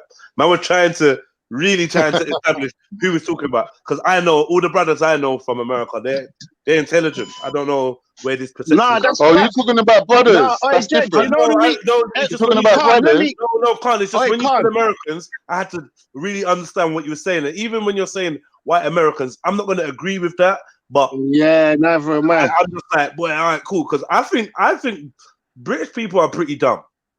Yeah, facts. You know, facts. You know the reason why I said that, basically because I'm saying like I'm using the example of ghetto to ghetto. Do you know what I'm trying to show you, bro? Like half of the man on the block in England compared to half of the man on the block in America. Do you know what I'm saying? It's like it's different. Yeah, that's different. We've traveled, we've experienced life a bit more. Wait. No, because you're cherry picking from your section of the ghetto, which is like my section of the ghetto. And you can come to my ends. We know we were surrounded with donuts as well, though. Come on, Fred. You know we have I traveled, cool, innit? But my best friend didn't travel until I think I took him on holiday. Like, do you know what I mean? Like people, do you know what I mean? Like I didn't come out there 10 years ago. I didn't have a passport till 10 years ago. You know? Like, I hear you, bro. Yeah. So, I remember I took a couple of brethrens on a trip to Amsterdam. We was on the ferry. The man was holding on to the back of the boat, bro, waving bye to England like as if it was their life support. I was like, you look just so attached to the ghetto, innit? You can't leave that ghetto. It was funny to see it. It was funny. Your prison cell becomes comforting. It becomes the safest place in the jail, right? Do you know what I mean? In fact, certain times you'd be like, right, you know what? Just lock me back in my cell, man. Fuck all this. You know I'll shut my own door. I'll shut my own door. Don't worry about it. You come to lock my door, it's already locked. I'm in it. Yeah, exactly. Yeah. But it's about territory. I understand why people cling on to the hood. I really do. I understand why people. I do too, bro. But we were going to Dam of all places. I know. And you know what? As well. Coming from London, yeah. When you go on holiday, like, sometimes you need you have to experience that detox feeling, that fucking withdrawal symptoms. It's mad, yeah, but you got to get London out. Pop your virginity. You got to get London out of your system, and sometimes it can take a couple of days. One of the last holidays I went on, I needed like 2 days to really get London out of me. Thinking that I always had to, I kept asking, "What's the time?" You know them ones there. What's the time? A bit fidgety, feeling like I had to do this. I had to do that. Yeah, man. Take time. I can imagine that. Why ain't there no clock on the wall? Yeah. What's the time? People are like, why do you need to know the time? Where are you going? Like, what are you doing? Like, and you're like checking your phone every 2 minutes. Why ain't no one phoning me? Yeah, and you know the reason why I say that as well, Jed, as well, because they got bare things to occupy their mind. You know what I'm saying? And most of it's nonsense. Like we ain't got as much nonsense occupying our mind like sports. Like man loves their team and everything, but man ain't trying to check out 40 teams and know it all about the player and how much. You know what I'm saying? Because all of that's nonsense information. That's you know what I mean? That's me and you. But all of our brethren, if we start talking about football right now, you're gonna see it turn all the way up, and you're gonna see Maku's got information you never thought he knew. We're not interested. But the man them are fully in their sports religions. Yeah, man, fully. Yeah, you're right. Still, you're right. You know, I had a touch with football. I see Jose Mourinho doing an advert on TV, and his hair was all grey. I was like, "Rah, when did my man get so grey?" I was like, "Actually, I ain't seen him for about 6 years." About 2 weeks into the job, you get me? 2 weeks into the job, great. Even I know that. You get me? He was like the gallon sugar. You get me? And then the silver box real quick. Yeah, they say, you know, them jobs there are stressful, or whatever you do in them jobs there, mad stress. It's like when people become president, bro. They look like someone stick a straw in their back and just sucked out the life out of them. Yeah, Obama went downhill quick. Obama, yeah, it's true. Clinton looked like a fucking zombie right now, bro. Like Bill Clinton. Yeah. He looks the only one that's unfazed by it is George Bush Jr. He's just like laughing all the way, isn't he? It's just like whenever you see him, he's at his dad's funeral, man's cracking joke and banter. He's just a weird guy. He's just different. He's just like a joker. Yeah, telling stories about his dad. Well, man's dead. He's in the box. At least have some respect. Man's there cracking joke. And yeah, remember the good old boys days, me and my dad, Bill Clinton, we used to catch jokes together. And then the camera goes to Bill Clinton. Bill Clinton's got his head on the floor like, shit, man, my guy's dead and you're just cracking jokes. Maybe he ain't dead. Maybe he ain't dead, Con. What, that George Bush Senior? I'm hoping he's dead. They can just bury someone and tell you that man's dead. Just come off the track. Yeah, everything, man. Now, the way he was laughing, though, you can see he's got some inheritance or something. Inheritance. He's got something, isn't it? He was just laughing at the funeral, cracking joke, like, yeah, dad's dead now. He's with mama. But how about I say that the God bless you, mama. How about if I say the stereotype of Americans is that they're stupid? Yeah. Like, and we get that through Hollywood. They're not very worldly. The problem with Americans is like they're trapped in America. They are. They don't really know about the rest of the world. That is a fact. Majority of Americans are focused on America. It being a nation, being a continent in itself. It kind of makes sense to. I get it, because there's a lot of people that don't know shit outside of Europe or outside of Britain. You know, a lot of people, especially when we're dealing with people that claim to be far right. Yeah, these seem to be the dumbest section of our society. Fucking imagine, like, it's incredible some of the shit these people don't know. Yeah, but they think they know stuff, but that's the stuff that's fed to them by their leaders. But the shit they don't know is fucking, it's amazing, bro. Anytime the average one of us average guys, come up with a conversation with someone that claims to be staunchly far right, staunchly rare, their stupidity is highlighted in a matter of fucking minutes. Do you know what I mean? Just by bro, it's amazing. It's like that, fam. It's crazy. I was telling them about your show yesterday, innit? On Veli's show, I was telling them about the morning show. They need to tune into it. Come on. Because trust me, bro, I'm telling you, the news that you're reading, it's like you're reading it from black man's perspective, innit? Yeah. Like, you ain't got no rose tints on, innit? You get what I'm saying? You're just reading it for what it is. Do you know what I mean? And anytime you told them, man, to provide evidence for the claims, fam, bro, there's no evidence forthcoming. Man will just guess out the thing. Cause it's coloured lad you're talking about. You're just gonna guess it out. Just gonna pretend you know shit. Remember when I was telling you lot, that there was like 240 something people trapped on the cruise ship, and like Corona just running rampant around there. Like 200 something people got Corona, boom, boom, boom, and there was like this old couple, British couple on there, talking about they want to get off the ship because everyone's got Corona. And I was like, that's fuckeries. I would just jump off the ship or escape or whatever. Yeah, it's been revealed that, that British couple, David and Sally Abel, they've been tested positive for Corona.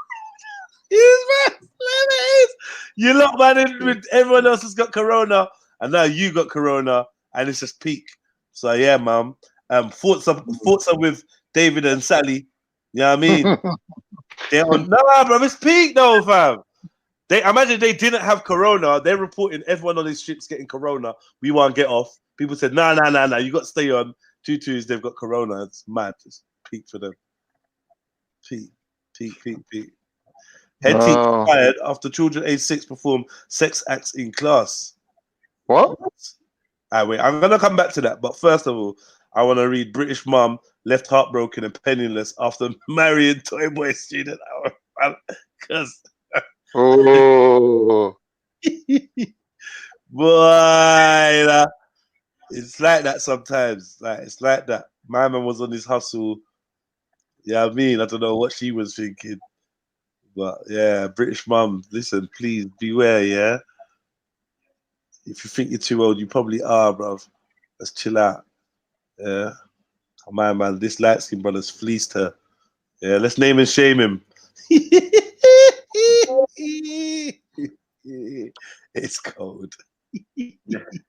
So it's liberties, man. You know, love fucked her up, man. Fucked her over. Okay, where's the? Is it love though? Is it love? Yeah, this is love. This is love. This is the sign of love that Maku's always talking about. You know, there's that tune, yeah. New pussy good, but the old pussy make you feel safe. You know that tune? There is no female equivalent to that, because a female equivalent would be that new dick is good, but the old dick, it's old dick. Yeah. They love me. It don't work both ways, innit? So it does. Yeah. Certain times it's not even your dick, it's just you. You get me? Like British mum left heartbroken and penniless after marrying toy boy student. So this is the toy boy student doing his damn thing. He didn't even kiss her properly, you know? Hey, I used to work as a security guard, yeah, Homerton Hospital in Hackney. And one brother come straight from yard, yeah, he comes straight from River State in Nigeria to London, yeah. It was so funny. He's going to me, oh, he's going, people in London, they're so friendly. My neighbors are so friendly to me. I was going, what happened, bro? He's going, this 45-year-old white woman keeps knocking on my door to see if I'm all right. I was like, bro, be careful, you know. Well, the woman was onto him, innit? Badly. Yeah.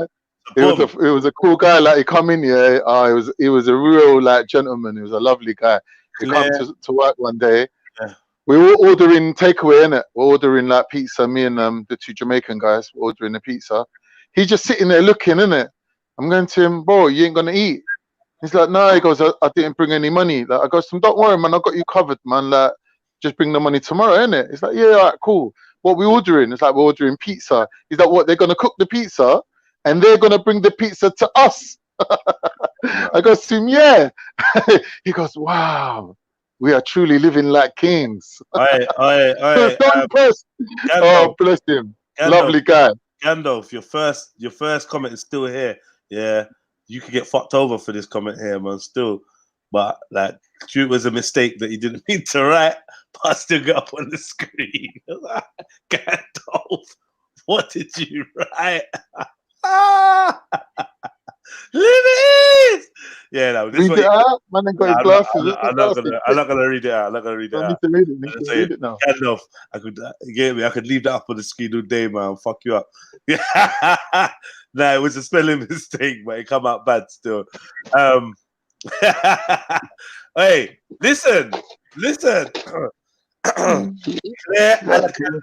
Claire Alcantara claims she spent thousands of pounds on Franklin. That's Franklin. We got Franklin. Franklin's a G, but Franklin's hustling. Yeah, a British mum has been left heartbroken and penniless after marrying a student from the Dominican Republic who she met online. Franklin's in. She's like, yeah, I got me a Franklin. Get yours, Franklin.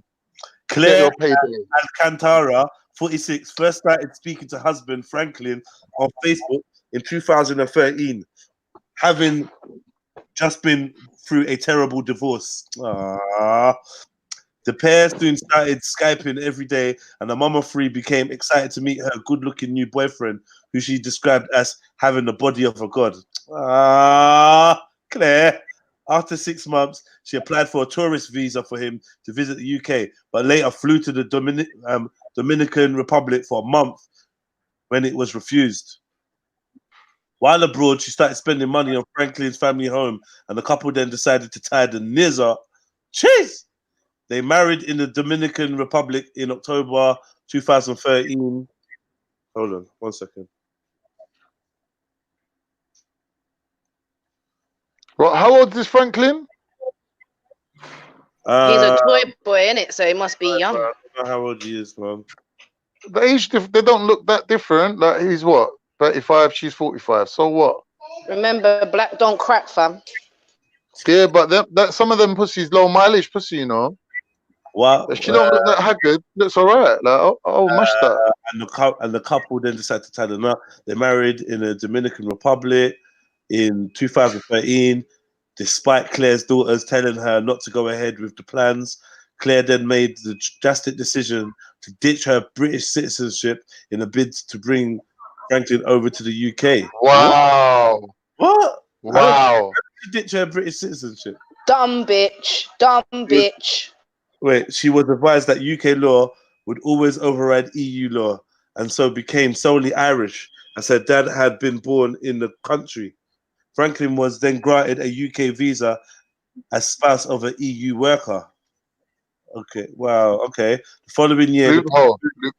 The following year, the pair moved in together and opened a joint account in the Dominican Republic to pay for thousands of pounds worth of building work on Franklin's family house. Then they moved into the in 2017, and Claire also claims she brought her husband a £10,000 Jeep. What did Claire do for a living, man? She's bathing. Bingo was really paying off, man. After a series of arguments, Claire went to the British embassy to discuss her rights and was allegedly left stunned to hear that their joint account was solely in Franklin's name. Claire told the Mirror Online, I fainted with shock when I confronted Franklin. He claimed it was a misunderstanding. The former teaching assistant then says her husband went missing for 6 months before being found in England with a new girlfriend. He probably couldn't find her. I mean, he was probably a bit lost and couldn't find her. He allegedly told Claire he was going to Punta Cana as part of his civil engineering course, but had instead gone back to the UK without her. Hold on. We need to get Franklin's side of the story. Don't just be telling lies on Franklin, you know. You hear me? Big up man like Franklin. Franklin, if you're listening. Charging her for the D. Yeah. Claire claims she now can't afford to leave the Dominican Republic, having spent around £40,000 on her husband. She is now working in a very low-paid job in Santo in a brothel. Domingo. She's in a brothel. And has been staying with a new boyfriend. Oh, see the twist there. Yeah. In the UK, Franklin claims he is set to be deported in the next month, adding that Claire was the one who wanted to spend money on his family's house. He says his wife spent about £6,000 on the property rather than the £15,000 she said. Franklin continued, I lied and said I was going to Punta Cana. If I told her I was going to England, Claire would have said no because it was too cold. Yes, I have a new girlfriend, but she dumped me after Claire contacted her. Wow. Franklin says Claire did not spend £40,000 on him, that they bought his Jeep together, and insists he gave her £3,000 once their relationship began to unravel. He also denied their joint account was solely in his name, adding, she spent all the money, but not on me. She ruined everything. Man. Yeah. Mad thing. I can believe his side of the story, really. Me too. He sounds like he's telling the truth. Claire sounds like he's lying, man. Claire, you liar. Big up Franklin, man. Let's start a campaign to get Franklin back over here. Free Franklin. The Free Franklin campaign, yeah? And if you guys wanna help raise money for Franklin, please, all you gotta do is just look in the description and you will see a PayPal link, or you can see it in the chat, and you know, hit out that PayPal link, and you know, we'll see if I can send a little change to Franklin. It's not gonna be much though, Franklin. Imagine Claire phoning her daughters up in London, going, "Kids, I'm stuck out here. I'm just having to just work in the worst possible job, but don't worry, Mummy's found a new man." And the daughters just sitting there rolling their eyes, going, "Oh yeah, you tell us all about it, then, Mum." Man, she's not saying she can't afford to come back, but I think she's lying. I think what she means is that they're getting D. There's good dick in the Dominican Republic. Yeah. You know me? And she'd rather be broke out there getting some Dominican D. Get me? D-Dominican. Then then, I don't know, man. It's mad.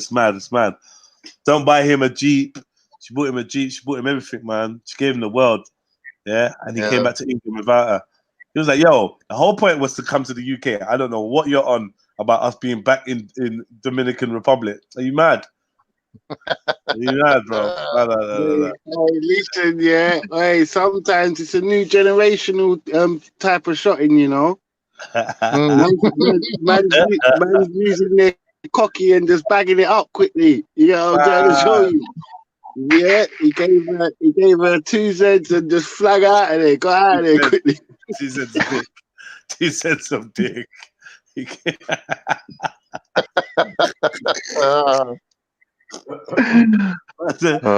when he gave her 2 cents of wood. Yeah, she got what she paid for. Gents. You want tomorrow, you buy. You want tomorrow, you buy. You buy. You want tomorrow, you buy. Okay. Teen who smashed police officer's head against patio and broke his nose walks free. Get in there, son. Fucking get in there. Well done. Excellent, man.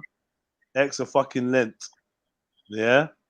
Wow. Maku. What, this early, Maku? Fucking hell. You ain't ramping.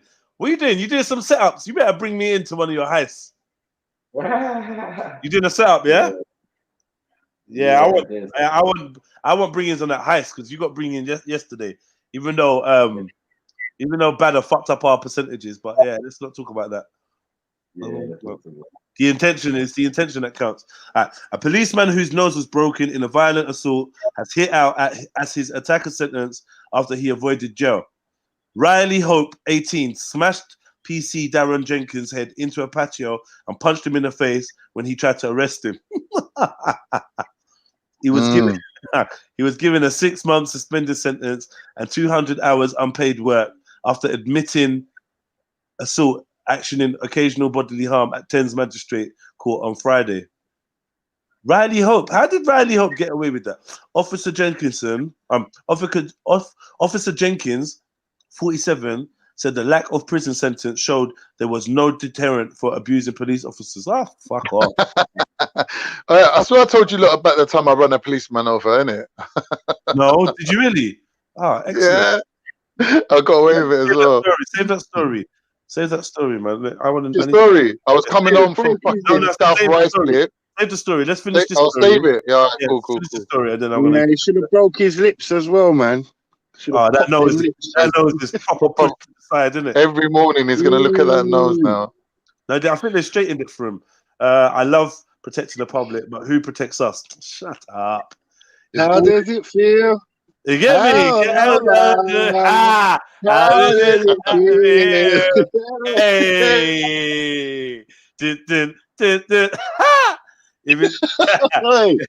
Yes, good.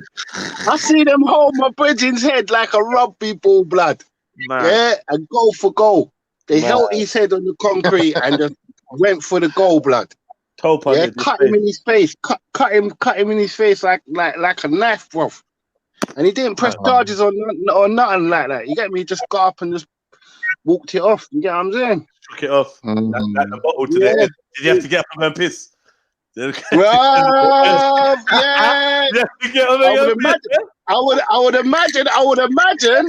would imagine that it wasn't that painful. He wasn't feeling my type of pain. Hey, bro, I got electrocution pain. Freddie, my Turkish mate got beat up by a black policewoman. She rolled him around on the floor, come like rodeo, handcuff him up and tell him, why don't you fucking move back to to Tottenham with the rest of your lot? I was laughing. Oh my God.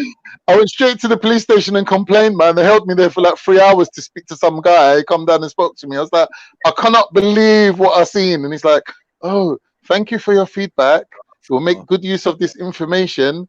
You can go now. I was like, these lot, pal. There's no point complaining. There's no point complaining. This police officer said, yeah, I love protecting the public, but who protects us?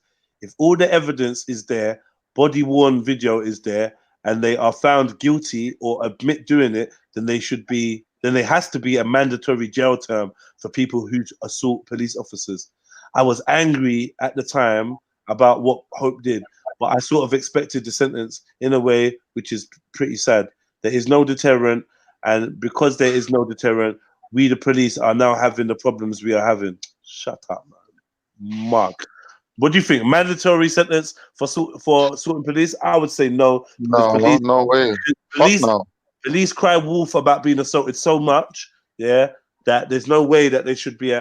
No, I've seen them falsely accused assault on so many different occasions that no way would I ever back the call for mandatory sentencing, jail sentences for anybody accused or found guilty of assaulting the police, because it could be a miscarriage of justice. I feel like no. These police are antagonistic, they're violent, do you know what I mean? Mm-hmm. And sometimes the energy that they bestow on people is what is given back to them, and they don't like it. Do you know what I mean? Mm-hmm. I don't like it. I've been accused of assaulting many police officers through the years. I've never been found guilty of one. In fact, one of the officers that did try to accuse me of assault ended up under investigation himself, and I represented myself in that case. Yeah, man, because like this guy was like nearly 7 foot, bruv, and trying to describe me as some Goliath. The way he tried to describe me, and then when he walked into the court, he had to hunch over. Like he had to hunch over and try and make himself look small. He looked like Donkey Kong. When Donkey Kong sitting in the go-kart, his whole body's like, like bro, with a suit and with a tie on and that. No, don't try it, bro. Don't try it. Blood, I licked after 1 or 2 of them still in it, but fucking hell, this one that I really licked after in it. Fuck it, I didn't do nothing to him, bruv. I took his helmet off and obviously I smacked it around his head a couple times, but I didn't really do nothing apart from that. And obviously, man tried to say like, man more or less attempted him, fam. I'm trying to tell you, bruv. I've had to sit down for 9 whole months, you know, blood, for him to come to my door and say to me, yo, it's everything's cool now, it can go on. Yeah, cool. Like, imagine that, bro. No court case, no nothing. Like, just sit down and just forget about your life, innit? For 9 months and then, and plus, I got a beating, Jeds. I got the blue mattresses over me. Back. Hold that. Khan, tell me about the unfortunate time. I was doing a security job out in South Ruislip, which is fucking literally near Fort Park, So I'm driving home now. At the last little junction, I can see that people going into the bus lane in it to turn left, just to take the pressure off the queue, because the queue of the traffic was literally like 3 miles long. So I'm thinking this makes sense, innit? We got like, it's so early, the buses ain't even running.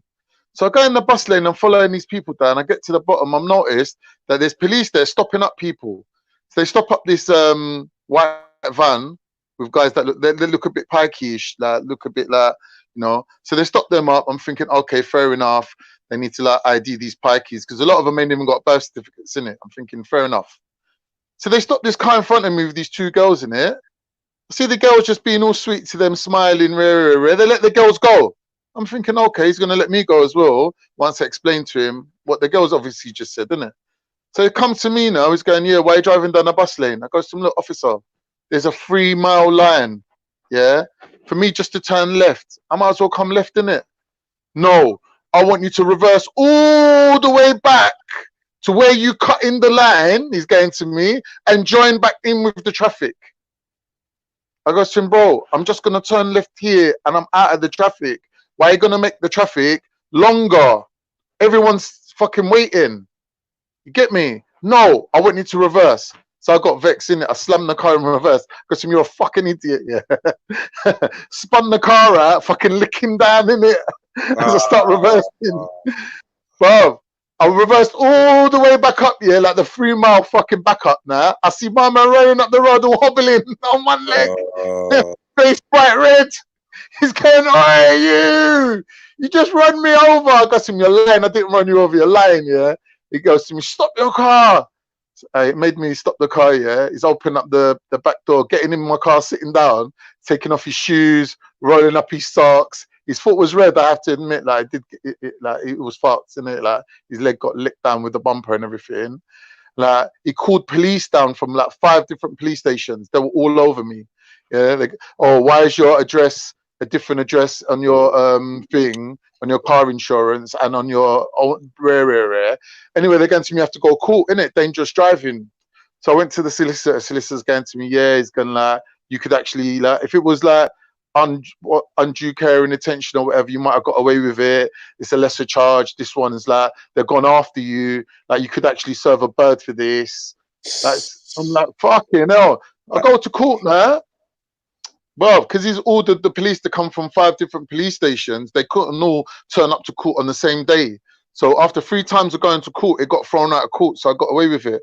But the prick was there every time. Yeah, every time he was there, yeah, but the other guys didn't turn up, innit? So it got thrown out of court. Yeah, man.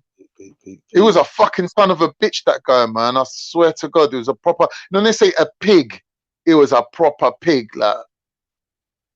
He was born for that job, man. Pete, One job, let me see the rest of the story. He claimed that Hope could have run off after punching him, but instead stayed to inflict more violence. He said he purposely tried to finish me off by literally smashing my head. The way he slammed my head into the floor. And no, I know people are evil and you see it all the time, but I thought this was a step too much. Evil? Yeah, he tried to bust your head. My man's unleashing his shadow self, boy. He tried to bust unleash the shadow. Oh, he said, "Release the Kraken." He said the attack had not shaken his confidence as a police officer, but had made him worried about his young daughter's ambition to join the force. Well, fuck you, fuck her too, man. He called for guaranteed time behind bars for those who assaulted officers and rising numbers of this type of crime. He said, "I'm not the biggest bloke in the world. I'm 5'11", she's 5'7", and has a small frame. He probably would have killed her." Oh, God.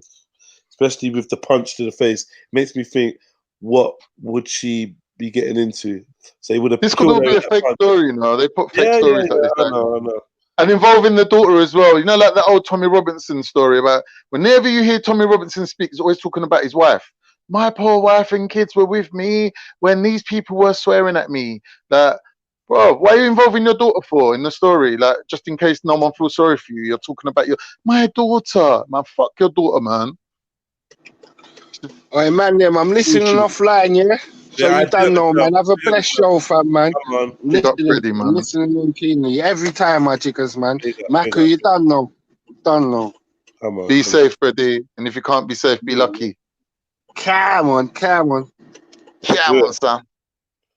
Yeah, big up the people in the building. 94 people in the building. Hit the like button. Khan is just ranting. He's just not having it today. You know, he's on one of them Khan rants. Don't step in his way. Is that as coming across? Nah, I'm joking. I just like to wind you up, man. Yeah, Khan. You got up early in the morning to wind me up, son. You done a Nigel Mansell on the fucking mad thing. Mad. Mashed him up, bro. Lick him down with the front of the car, spun out like. Big up Irish Flame. Big up Baba Dule. Big up the London Miner. Overkill, aka Truth. Big up Nobody. 92 Dreads. Who are you calling Fraggle? I think he's calling you a Fraggle. What? I think nobody's. Fuck you, Fraggle. Are you calling him Fraggle, bro? I think he's calling you a Fraggle. Of intervention. Fuck you. And simple. Your mum's a Fraggle from Fraggle Rock, bro. Oh, that shit. Fraggle. Straight to the mums. You go straight to the mums? You're not ramping. Yeah. You're not ramping, bro. Teenager admits raping and stabbing football coach 8 times in her back. So What? Look at this guy's face. Who's this guy looking like starting out a fucking Lord of the Rings, You know bro? what I mean? Like, he looked like an orc. One orc thing. I didn't want to show you. Wow. It just got worse. I didn't think it could get worse, boy. Teenager admitted to raping and murdering an 18-year-old football coach who gave him a place to sleep as an act of kindness. What? Yeah, big mistake. Fucking hell. Big mistake. Not the same, brother. Let no good deed go unpunished. Yeah, that should be the motto, the national anthem. Don't be helping these fucked up people out here, man. Yeah, but I mean, never. That's Rule crazy. number 1: never show no one where you live anyway. Like, he broke that rule for a start.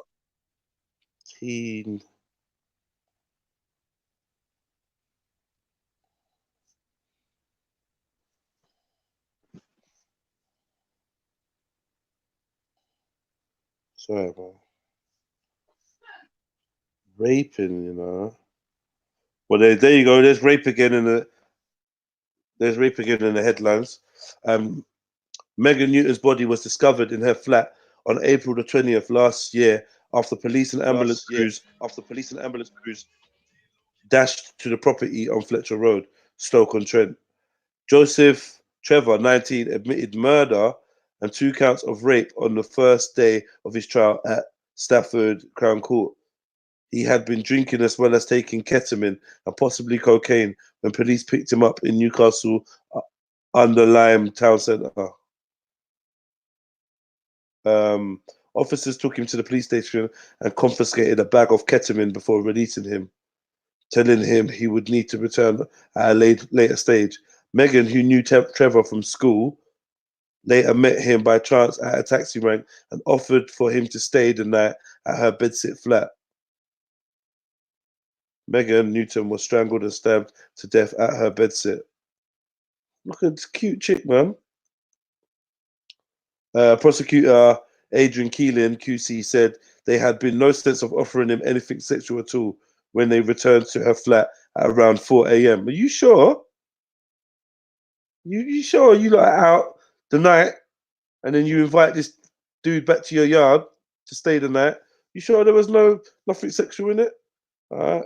But once inside, Trevor forcibly raped Megan before throttling her unconscious and stabbing her in the neck and back 9 times. Yeah, he proper was trying to do her dance, do her in. That's fucking cold, man. Some cold-blooded dude, man.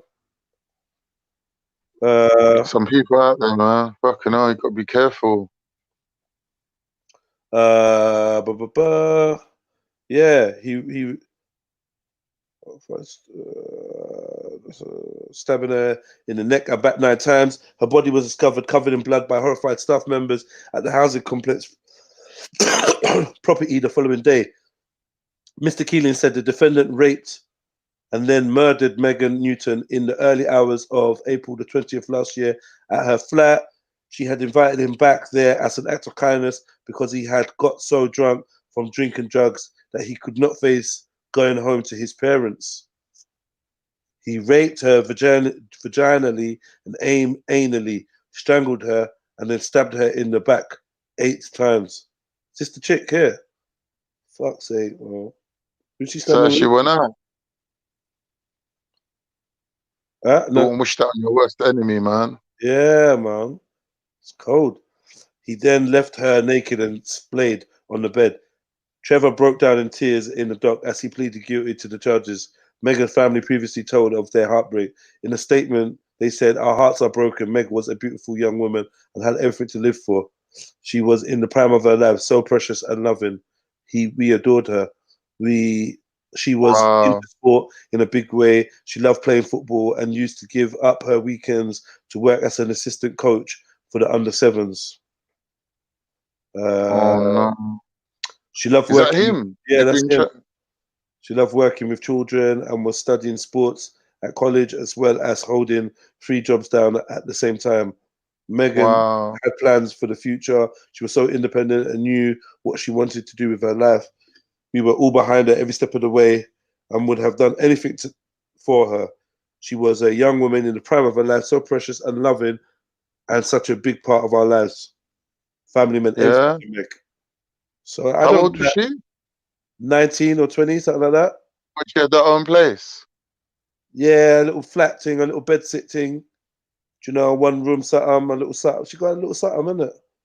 What, at 19? It's a bit young, isn't it? I don't know. I don't really think so, but I know what you mean. But no, she was an independent woman, innit? She got her own little spot. Yeah. Yeah. Well, so he confessed to everything. He explained the story. That this is what I've done. Well, the whole rape scenario. Yeah, I don't know how they know about, like, obviously they must know she was raped anally and vaginally. They must have like medical evidence of that. In terms of the thing of there not being no sex, I don't know about that. You know what I mean? I don't know about that. Heartbreaking, man. It's heartbreaking, bro. But that could be anyone, innit? That could have been anyone. Anyone's sister, anyone's daughter. Look how cute she is as well. Oh, yeah, man. The guy's a monster, bro. He's a monster. Look at him. Yeah, it's true, man. Ugly people are evil. No, they're not, man. No, you can't say that. Why? You can't say what all ugly people are evil. Well, there seems to be like partly like a correlation between you know, internal and external genes. Internal and external genes. What do you mean? Yeah, like genes that like show up, you know, in facial features might be linked with, you know, other types of deficiencies internally. You know, like traditionally you see people with these overhanging foreheads, like being thugs and killers and that. All right. I don't know, like, you know, back in the day, that people used to say things like that. I don't know if it's true, but there must be some sort of truth to it. Like, just seems to be like, or maybe it's like a reverse thing. Maybe like because he was ugly, he had to resort to raping, and then he had done a murder to cover up the rape. No, maybe it's like a psychological trauma of being so ugly. Ugliness. I mean, I don't know, man. There's a lot of, what are them people called? The guys that can't get girlfriends, and then they like go out and do murder or whatever. There's a name for them. It's become a bit of a phenomenon. Guys who can't get girls, or they're rejected by society, they're being ugly, and then they end up doing a murder or something like that, or a rape. There's a word for it. I forget what they're called, man. I was gonna say something. I'm gonna leave it still. Yeah, what, you lot don't agree with Khan? What one? This is Professor Khan here, you know. Don't disrespect. Are you labeling me? That's out of order. I'm coming on your panel doing some good work, helping you, and labeling me and defaming me. I want to know which that's part of appreciation that for you. Was the shadow thing. Yeah, unleashed the shadow, innit? He released the Kraken. No, there was a couple examples of your shadow thing. My shadow thing. Yeah.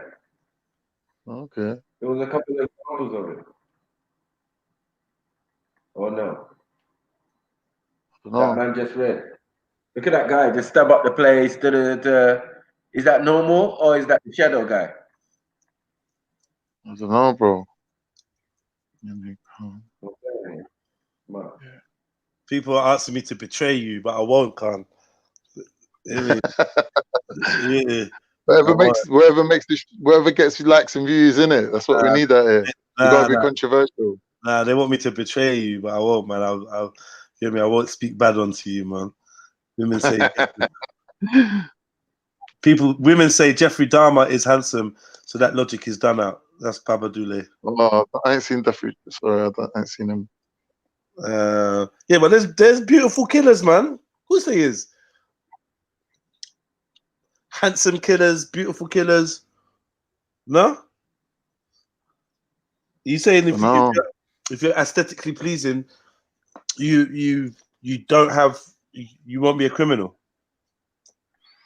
Yeah, like, I think, like, you know, if you're looking at deformities and, you know, like people that are like, you know, malnourished, you know what I'm saying? Like, you can see it in them, innit? You can see that wrong that gene, that kind of like, that wrong gene.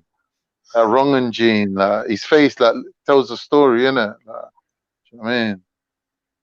Like saying like this face survived generations of like malnutrition and I had to murder to survive. That one of one of them scary faces, bro. I don't know. I'm just making it up, innit? But you know, there is that correlation between that ugly men and that murder.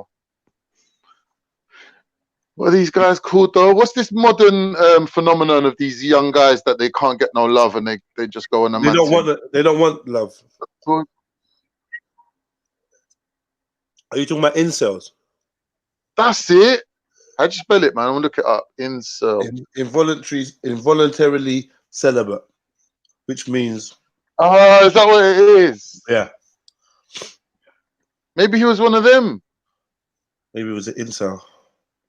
Yeah, like it sounds like it. Maybe. The great vape debate. Who do you vape, Khan? We spoke about this already. You don't fuck with it, do you? I give up the vape. I give it up, man. I stopped vaping. You saying it fucked up your lungs, innit? No. Who got the lung infection? Someone got a lung infection straight after someone else, man. Yeah. The great vape debate. Are e-cigarettes saving smokers or creating new addicts? Who in the chats vapes? Let me know. Hit the like button also, man.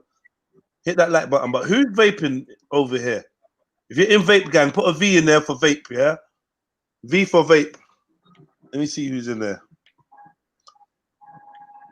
People are asking me what meth is like, Con. I don't know why they're doing that. What meth? That's like... Put a V for vape. V for vape. V, X. 2 vapors. No vapors. W's. You lot are fucking childish, man. I just said a V for vape. 2 vapors. That's it. Come on. Be real. Be honest. Who's vaping out here? I can't believe that's the only vapors out of 96 people. I think that's a lie. I vape. 3 vapors. 3 people vape. People writing X and W. Khan vapes enough for all of us. People seem to know everything about me now. My ears are drowning with all the wet talk coming from out of his mouth. Oh, for fuck. Khan, what? Is there some kind of thing, is there some kind of campaign against you, Khan? What have you been doing? Why is people going at you? I don't know, bro. Why are people going at you, Khan? It's people, innit? It's people. It's what they're like. They're evil. What's up with you? They don't live by a code, innit? They have no code. They have no. There's no degree of righteousness. There's like a lot of these pagans running around these days, defaming you, saying things about you. It's like, this is normal, innit? Online. Like poor Caroline, innit? She went on Twitter, she ended up dead. Wow, you're right. You're right. They're trying to Caroline flack you. They're trying to flack me. Yeah, they're trying to flack you up. They're trying to flack you over. Yeah, they're trying to flack up your life. They're flackers. These flackers. They're trying to flack your life up. Yeah, that's all it is. You know what? Don't let them flack you down, man. Never let them flack you down.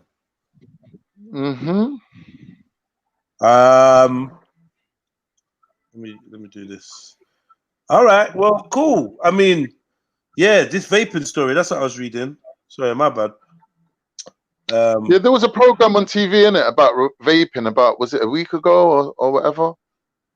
You know what I mean, they were saying that a lot of the vape stuff's imported from China, the cheap stuff, and that's the stuff that really fucked up people in America. But apparently, the British vape industry was saying, no, we have tighter regulations. So, like, you know, don't go by that. But then there was this program on TV that was saying, no, vaping's like bad in general. So I think that this vape thing's been thrown under the bus now. Here we go, yeah. No. I think the government has to make a decision, innit? Like, is it bringing in enough money to justify the negative effects that's going to end up incurring cost on the NHS? This story says, yeah, Gone with Smoke is already no more than a distant whiff of bubblegum flavored vapor. The vape shop and lounge, one of many in San Francisco, has been forced to close. So have Vapor Den, Electric Lounge, and Hipster to Go, and Happy Vape. From late January, it's become illegal to sell e-cigarettes and e-liquids in San Francisco. Even online sales to addresses within the city limits have been stopped. Stores outside the city that dispatch e-cigarettes to a San Francisco postcode will face prosecution. While vaping is banned, sales of legal marijuana and tobacco will continue as usual. San Francisco has often been considered more progressive than the rest of the US in its approach to drugs and unorthodox lifestyles. Marijuana was legalized in California for medical use in 1996 after a campaign by AIDS activists from the city, and for recreational use in 2016.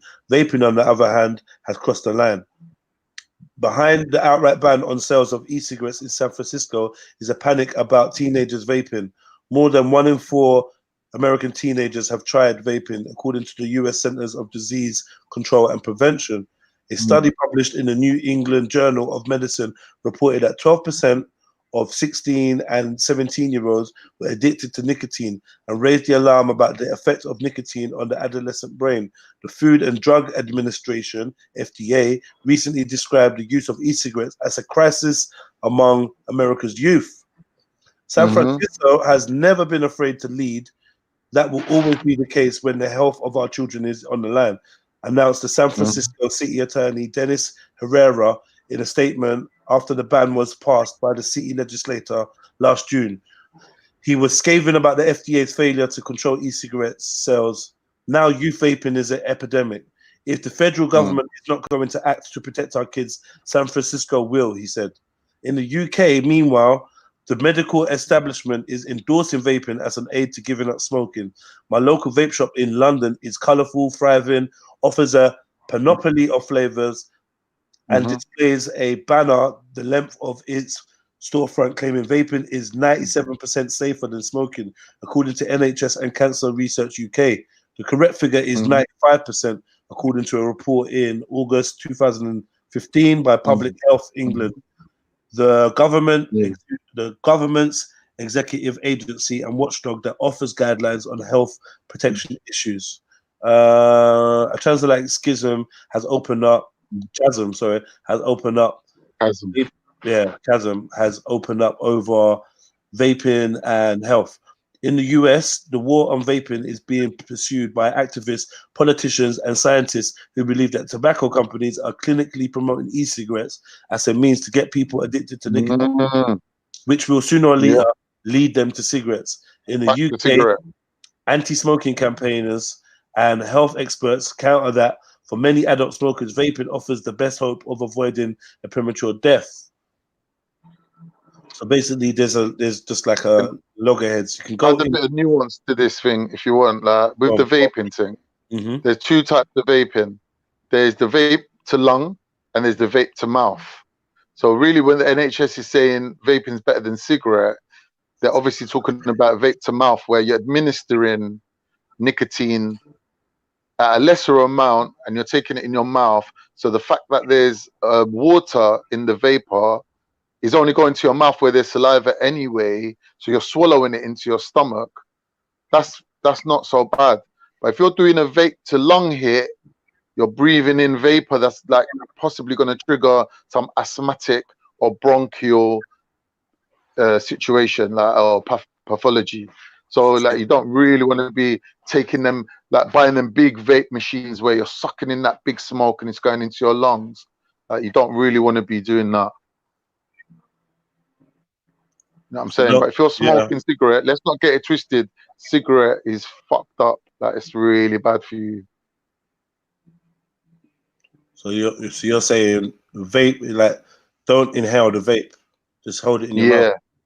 Yeah.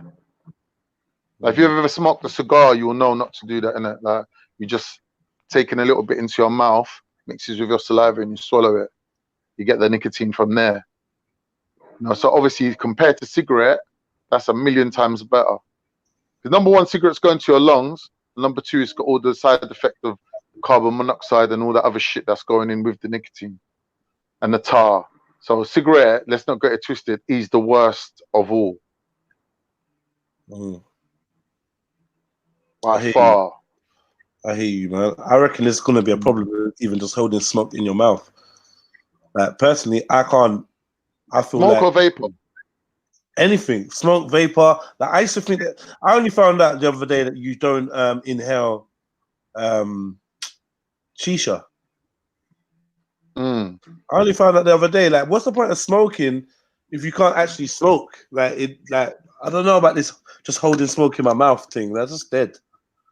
That's dead, man. That's shit. Like, if that's what you're supposed to do with vaping, vaping's shit anyway. And I do agree with you. I vaped for a couple of days, and I felt like there was bubbles in my lungs or something, man. Like, nah.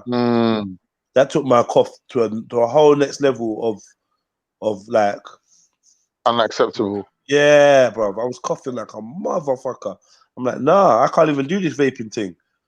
All right, let's go. I laughed maniacally when I orgasm, and my boyfriend can no longer reach climax. I don't see my laughter as a problem, but I'm worried this will affect my relationship. I'm a 37-year-old woman and have been with my partner for 10 months. My boyfriend and I enjoy an active sex life, and we are deeply in love. I don't see it as a problem, but recently, every time I have an orgasm, I experience manic fits of laughter. I have never experienced this before. Equally, I have never orgasmed so hard before either. My boyfriend finds this amusing, but then struggles to climax. So I think he is baffled by the whole thing and worried that this will become an issue. What do you advise? Oh, this is like a strictly balanced, extremely balanced advice show. Yeah. Which is going to be on later. There's pros and cons to the whole thing, innit? Really, like, you know, like one good thing is, you know, she's not faking it. Like, she's actually breaking out into an uncontrolled fit of laughter. You know, she when she said she came, you know, she came. That's a good side of it. Maybe in time he could learn to like it, but that might be a bit weird if like someone laughing makes you come, because then, you know, in general in life, when people laughing, how are you going to control that mechanism once you've installed it? It could be a side effect. You could be somewhere people start laughing and then all of a sudden you're having an adverse reaction to the laughter. Like, don't go to a comedy club, innit? You trained yourself to come when people laugh. Could be bad. Could be messy. I don't know. Like, I would say that it's not that there's worse problems to have in life, you know. Yeah, but she's now pissed because like her man is just feeding away, innit? He will learn, man. He will learn. He'll learn to ignore it. Just boss anyway. But maybe she could just finish him off after, innit? Like, if she's coming and then that's stopping him from coming, you know what I'm saying? She could just like finish her orgasm and then, you know, sort him out. Bit of a BJ or something. I don't know. Bit of a hand relief. Or, finish him off after, innit? Like, you can't leave man hanging. I'm not having that. You better be finishing, man. It's mad. Yeah, boy, I don't know, man. Sounds cool. Why is she laughing though? That's a bit weird. I don't know, maybe it feels ticklish. Maybe she just having. I know one girl. She told me she used to cry. She goes when she comes, she used to cry. I know one guy told me that just before he comes, he gets really sharp pain in his head, like a headache, like a really bad pain. I think it was something to do with some nerve damage he had in his spine. That was sad. Like, he had to take loads of Nurofen. Like, after a while, the Nurofen stopped working, so he had to go cold turkey and like desensitize himself to the Nurofen and then start taking it again. Like, it's the only way he could have sex. That's a serious problem. That is crazy. Yeah, you know, like, you got to take pain tablets before you have sex. Yeah. Like, but then you're gonna get this aversion, innit? Because you know you're gonna avert yourself. Like, so every time you like get close to coming, you're gonna want to stop, or you're gonna, you know what I'm saying? Your body's just gonna divert away from it. they get a version. Can be a problem. These man are comparing their weed prices, and that is fucking hilarious. What? They're comparing their weed prices in the chats. It's mad. Turn it into Joker when having an orgasm. The Joker is true. Clown dick. People are taking the piss, man. All right, family. Look, that's 3.5 hours of a bit of news, a bit of religious debate. I'm gonna take like an hour's break, and then I'm gonna be back early with the Extremely Balanced Advice show. I'm gonna take about an hour off, an hour and a half off, sort out 2 bits, chill out, and then I'm gonna be back with the advice show. So yeah, man. I hope you lot can join me back in the hour. You know, jump on the panel and let's deal with some of this extremely balanced advice. If you've got a dilemma or something that you want us to like kind of break down on the panel, then feel free to email us at extremelybalanceadvice@gmail.com. Yeah, and we'll go over your issues, your dilemmas, your problems anonymously and try and deliver you some great advice. So yeah, man, come and hit us up, come fuck with us in about an hour and a half. Yes, I'm saying about 1:30, 1:30. You're gonna hear from us. I'm gonna be back. We're gonna do a new show, right? So until then, enjoy yourselves. Feel free to go and visit all the other live streamers. Big them up for me. Cool. Jedi, do you want to say thanks on behalf of everyone else to you for being our newsreader, reading out the news for us? Come on. Reading. You get me? Big up. Proper reading. Yeah. Hey, don't forget, tomorrow we've got Readers Are Leaders. That's our online book club. Yeah, Readers Are Leaders. We're going from chapter 3 of the 48 Laws of Power. So we're going to be doing law number 3, possibly law number 4. See if we can squeeze in like 3 laws. And we're going to be reviewing and talking about it as we read. It's a cool little show, do you know what I mean? Hope you lot can join us. Big up to everybody that was there for the last one. If you want to catch up, it's like a 2-hour show. If you want to do some washing up or whatever, catch up and listen to that while you wait for Extremely Balanced Advice show to come back on. Big up to everybody in the chats, all the guys, all the girls, young and old. Yeah, man, we'll catch you in a little bit. Make sure you hit that like button though, please, family. Hit that like button. It's very important. On your way out, just hit the like button. And if you want the channel to grow, then share it with someone. Share it and be back for the next segment. Big up, big up, big up, big up.